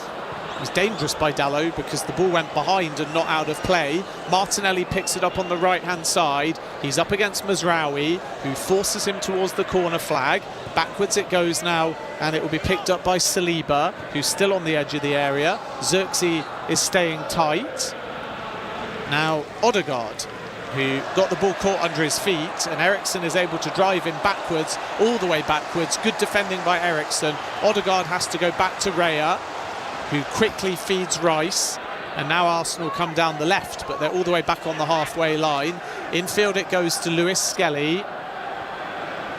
Square ball to the right-hand side, and Timber, that's dangerous. Martinelli drives it across the 6-yard area, and Aidan Heaven did ever so well to slide down inside the 6-yard area and not only make the interception but keep the ball in play and allow Manchester United to get the ball back over the halfway line. That was Xerxes there. He fell asleep. He's allowed the ball on the inside of him, couldn't do anything about it. He's just got to liven up, and if you're going to do anything now, I'd say, given the timing of it, I think he's the player. I think you've got to turn around and say he's got to come off. Odegaard to Timber, who sets up Declan Rice, who whips one into the left-hand corner, and Arsenal are level. It is a sensational finish by Declan Rice, who shushes the Manchester United supporters. Again, there was joy on the right-hand side. Rice was left unmarked, and he whips one across the face of the goal and into the left-hand corner. It is an excellent finish. Manchester United a bit static, but take nothing away from the Rice finish, which is brilliant. Manchester United won, Arsenal won.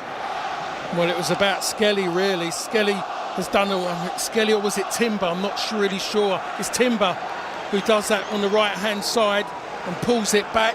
I'm looking at Onana's dive, by the way.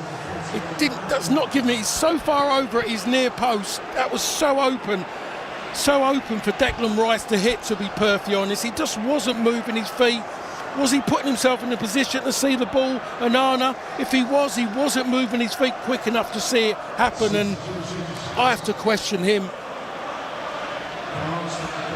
We are going to see a substitution taking place, and there is going to be a drinks break here, which is for Ramadan, the fast ending, and players being given the opportunity to break their fast that keep Ramadan, including Mazraoui, and that allows for a substitution as well in just a moment. And it looks like Joshua Xerxes going off and Rasmus Højlund is coming on, and we are likely to see Toby Collier, which should be the end of Christian Eriksen. And I think Arsenal might make a change as well, because I can see Kieran Tierney warming up, so that might be the end of Thomas Partey. So substitutions for both sides. Xerxes and Eriksen off for Manchester United. Højlund and Collier are the players coming on for Manchester United, and we'll confirm the Arsenal substitution in just a moment. But it does look like Kieran Tierney will be on, and he does come on, the number 3 for Arsenal, and off goes Thomas Partey. Declan Rice with just his second Premier League goal of the season, and it might prove to be a big one. I'm just surprised that he didn't bring on Obi, to be perfectly honest. I'm looking at Arsenal now, they're chasing. You want someone who can run behind. Højlund can't do that. Does he hold the ball up enough? Not really. I keep seeing Raheem Sterling on the bench, and he looks a bit disconsolate. Doesn't look like he's going to get on. Manchester United won a free kick here, though, midway inside the Arsenal half, and it looks like they're going to lump it into the area, route 1. Delete is forwards. Everyone on the edge of the area. Bruno Fernandes to whip it in towards the back post. Heaven jumping. Doesn't win the header. Collier picks it up on the edge of the area and finds Garnacho, who whips it dangerously in towards the back post. and I think it might have been Casemiro, one of the smallest players on the field, arriving late. Got it on target, but not with clean contact, and it's a simple enough save for David Raya. Well, he's got his foul, Bruno Fernandes, and he's speaking to the referee, trying to get Odegaard booked. Get on with the game. That's what I'm saying. Yeah, Arsenal cleared the halfway line. Fernandes was fouled. Referee plays an advantage. It's worked down the left channel to Rasmus Højlund, who keeps it in well and finds Collier. And now Manchester United go back. Heaven, Dalot. They've got it on the left-hand side. They're 30 yards from goal. Bruno Fernandes might line up a shot here. Nobody closing him down. He plays a 1-2 with Mazraoui and then finally gets a snapshot away. But it was more of a toe poke kind of thing I'd be doing in Sunday League. And it rolls harmlessly into the arms of Raya. Well, then it's their best bit of play since in the last 15-20 minutes. And Bruno Fernandes started it and nearly finished it. He just didn't hit the shot with any conviction. It was wide open for him, and I think he might have been thinking, is someone going to maybe come out and I might just kick their feet or something, but he didn't hit the ball with any conviction, and he just rolled straight into Raya's arms. Arsenal have momentum on their side. Likely that we will have a bit of a grandstand finish here, because 1-1 doesn't help either side. Brucey sent us two hilarious memes or GIFs, which I'll read out in a moment, but here come Arsenal. It's worked up to Gabriel Martinelli. He's just by the byline on the right-hand side. He dinks it up well. It nearly found Merino in the box. Luckily for Manchester United, De Ligt was there, and Bruno Fernandes able to work the ball back to Heaven, who just puts distance on the clearance, and it's out for a throw-in on the halfway line. But Brucey first sent us the Undertaker hopping out his coffin, Paul, when Bruno Fernandes scored, and now he sent us another one of the Undertaker going straight back into that coffin after Rice's goal. At TalkSport Live, if you want to put that into X so you can see what we mean. Manchester United haven't exactly gone into their shell, but Arsenal will feel like this game is there for the taking now. Well, I think in a way Arsenal were going forward with purpose, chasing to get back in. Now they've taken the tempo away, and they're just doing everything slowly again, and it's allowing Manchester United to push up that little bit higher as well. So that's the problem. Everything they've done, the good work to get in front, they should be looking to carry it on to try and win the game. But I think they're worried about a counter. Declan Rice, the Arsenal goal scorer. Short ball back to Saliba. Now Gabriel. Everyone behind the ball for Manchester United, including Rasmus Højlund, who's inside his own half. His work to Odegaard on the right-hand side. Not his best game. Can he find a moment of quality, though? Backwards he goes once again to Saliba. Now Odegaard again works it out to the right-hand side. Martinelli has to get onside if he's to receive the ball, and Miles Skelly knows that, so he goes back to Odegaard. Now Declan Rice couldn't thread it into the path of Merino, so Onana will pick the ball up.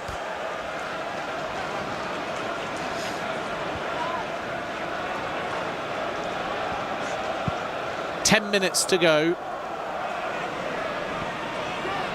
And Arsenal have all the possession. Merino spreads it out to the right-hand side. Martinelli controls it. He's inside the area, and he tried to beat Onana with a snapshot on the half volley at his near post. Manchester United goalkeeper alert to it and turns it away for a corner.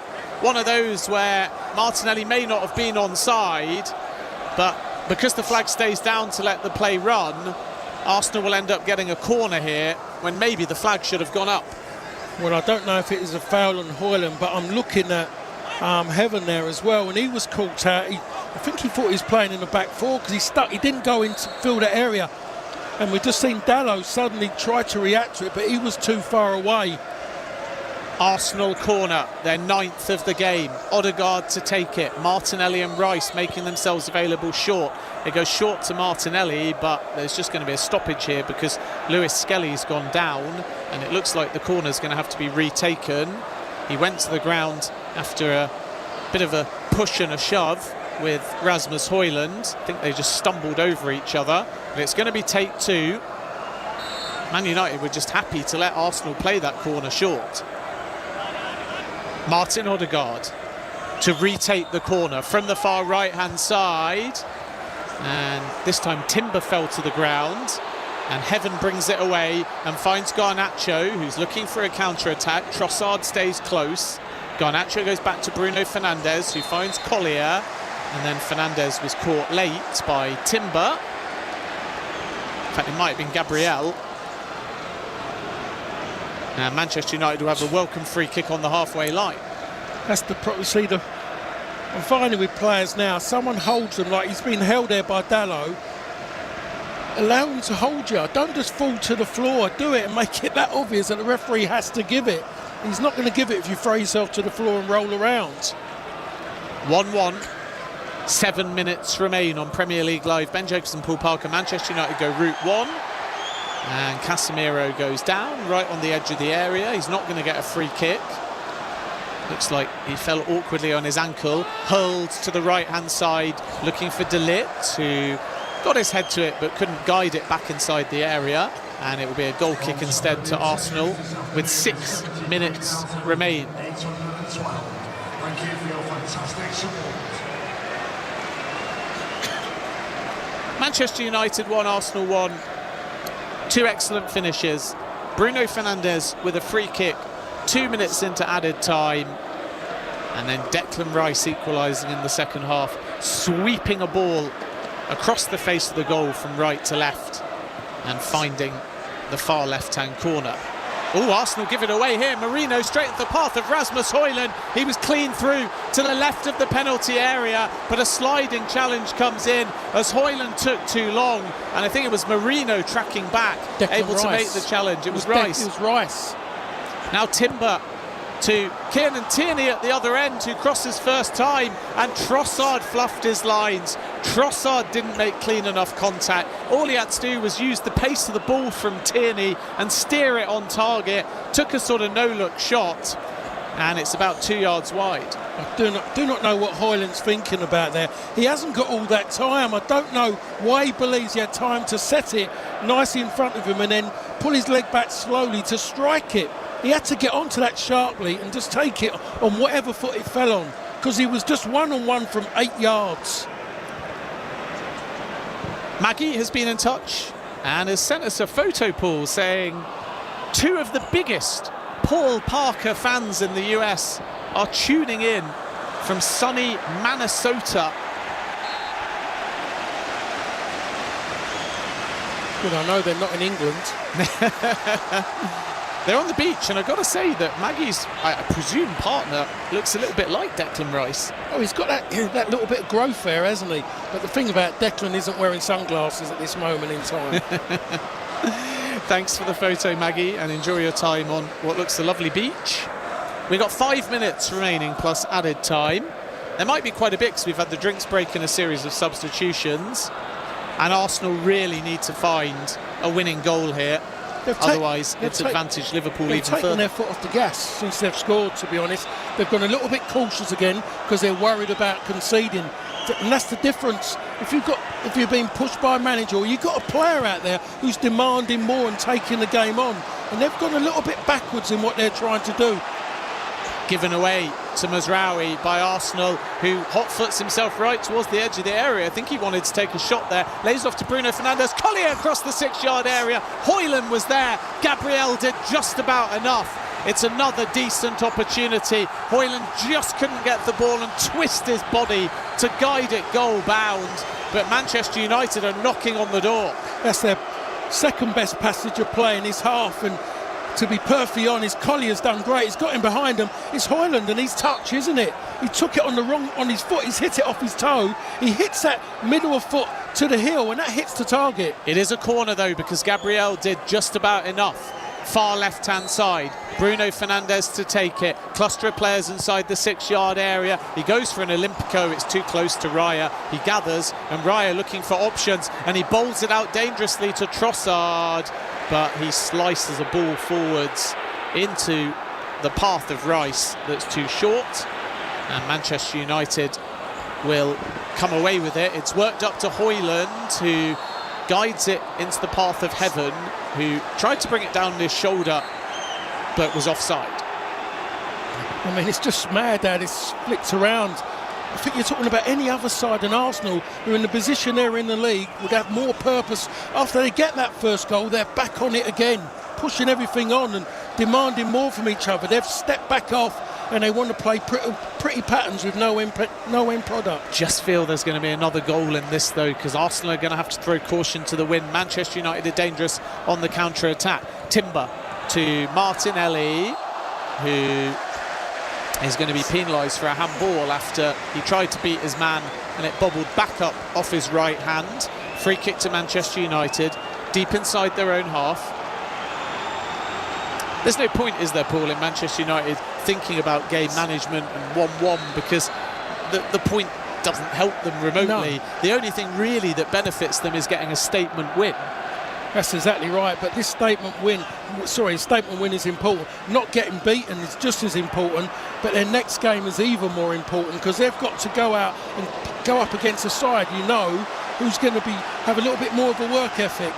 Garnacho hot foots away from his man, goes all the way across the edge of the area, lays it off to Bruno Fernandes, who crosses straight into Declan Rice, and now counter-attack to Martinelli, which is intercepted by Heaven, and it's a throw-in to Arsenal on the far right-hand side on the halfway line, with 90 seconds plus added time remaining. Bruno Fernandes is hurt on the ground, so we're just going to get a stoppage here. He's clutching what looks like his left knee, hobbles back up to his feet.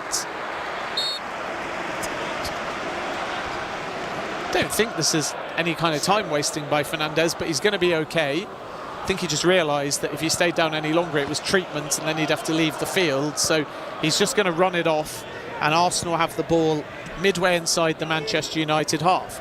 Declan Rice plays it quickly to Martin Odegaard, who's been well placed this afternoon. Collier is closest to him. Timber's on the overlap.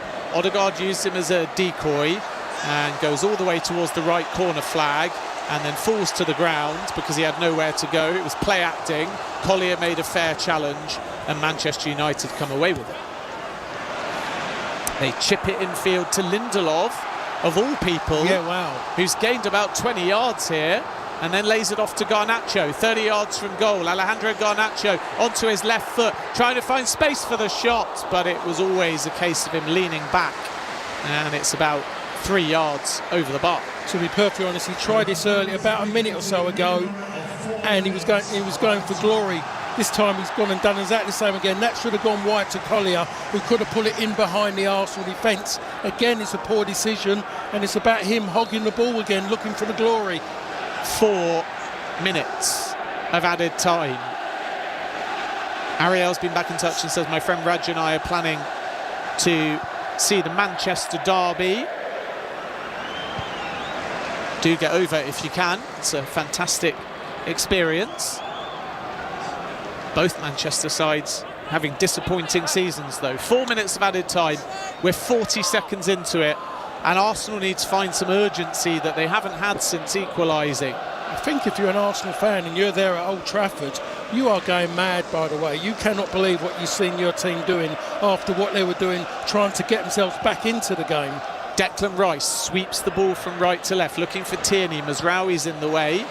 And again, Manchester United get distance on the clearance. Raya comes out, scoops it up in the air to Gabriel, who brings it down his shoulder. 2 players come to him. He does well to find Tierney down the left-hand side. Kieran Tierney can gain some ground here. Lewis Skelly on the overlap. Infield to Trossard, edge of the area. He lays it off to Odegaard. It's parried by Onana and it's missed by Martinelli. And Arsenal cannot believe that Martinelli hasn't made that 2-1. It was actually poor by Odegaard. I couldn't believe Onana didn't hang on to the ball. He nearly made an error. It parried to Martinelli, and from point-blank range, Martinelli skies it over the bar, but he would have been offside had he scored.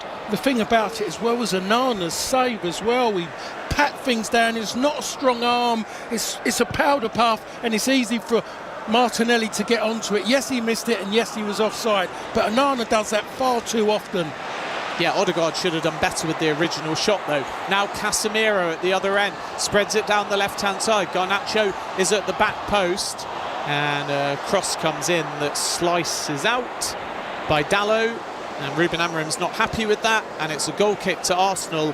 92 minutes of the 94 have been played, and you feel like that was Arsenal's chance. That was that moment where it goes in the back of the net. We'd have to sit there and wait for VAR. I think the outcome would have been offside, but still, you've got to go and put them in. Yeah, and every other Arsenal player had their hands on their head. They knew that was a big chance. A minute remains. Garnacho comes down the right-hand side. Little cutback is decent as well. Mazraoui is going to tee up Bruno Fernandes. Raya saves it, not once but twice. That's outstanding goalkeeping. Fernandes thought he'd forced it in. Raya got down to his right. It spun, it was going in, and Raya recovered and made a save in the centre of the goal to keep it at Manchester United 1, Arsenal 1. And Bruno Fernandes cannot believe he hasn't scored a goal in injury time in each half and given Manchester United all 3 points. Absolutely incredible that was. What a great save again by David Raya. But for Manchester United, Arsenal got back in the game. Manchester United have become the better team. That's the bit I don't understand. The better team going forward, when they get in those key areas, their end product has been better, the decision making better. And if they were to gone and scored that, you have to say what they've put in since the game was levelled up. It's been absolutely brilliant. Arsenal wasting too much time here. There's only 10 seconds remaining. They got the ball in midfield. Garnacho, needless foul on Lewis Skelly, and that's going to give Arsenal opportunity to put the ball in the box one more time. I have to see what distance that was, but yeah, you are allowing the team to do it. Wow, that was great. Second ball, wasn't it? Last chance saloon for Arsenal in the game, and surely for their title hopes as well. Free kick, 10 yards in field, 30 yards from goal, and Declan Rice goes short to the left-hand side. Martinelli on the edge of the area. 4 minutes are up. Martinelli loops one towards the back post. It's bobbling around in the area. Trossard trying to get to it. He tries a snapshot. It takes a deflection, and there is the full-time whistle. And Manchester United and Arsenal draw 1-1. It's a point in many ways that doesn't help either side. It's advantage Liverpool, who have a 15-point lead with 9 games left for them and 10 games for Arsenal. And for Manchester United, even though Bruno Fernandes had a late effort to almost win it, he was denied by Raya, and they'll be disappointed also to have not taken all 3 points. Full time from Old Trafford, where it has finished. Manchester United 1, Arsenal 1. Paul Parker has been alongside me. We'll get his thoughts in just a moment, but first we can hear the highlights from what ended up being a dramatic Woods. He somehow got there ahead of everybody else and just about clawed it back before it crossed the line away to our right hand side. Mikel Arteta in his 200th Premier League game looks frustrated, and he will be. They are closed the gap, of course, to Liverpool to 15 points, but the task just gets easier now for Liverpool to find their way to that Premier League title. As for Manchester United, well, what can they take from this tonight? A real positive for them, a point. Ruben Amorim just wanted to try and hang on in there with Mikel Arteta's side. They did more than that. They could well have picked up all 3 this evening, but it does end up here at Old Trafford. Manchester United 1, Arsenal 1. So Liverpool top. They played a game more than Arsenal. They're on 70. Arsenal on 55 points. It really is all over at the top of the table. Man United go back above Everton into 14th. But only a point ahead of them. Henry Winter, final verdict on what I thought was a really good game of football. Fair result, and Ruben Amorim put on one or two of the younger players. I thought Heaven did well, Collier did well. If you play for Manchester United, you have to have a certain amount of character, and I think some of these kids show the character, and that's a good pointer to the future. Henry, great to have your company. Thank you very much. I have to say that's the best I've seen United play all season, but I agree with Henry. Draw a fair result, but it's not going to be enough for Arsenal. Maybe not even a win was going to be enough for Arsenal. Been really enjoyable hosting the Sunday session for you this afternoon on TalkSport. Sam will be back with the Sunday session in a couple of weeks. Carabao Cup final coming up, of course, next weekend live on TalkSport. Join me at Wembley for that. We'll be pitch side from 3 o'clock after the preview show from Box Park, Wembley. Looking forward to a massive showpiece occasion live on TalkSport. Coming up next, though, it is the final word with Alan Pardew and Majestic. 03717 223344.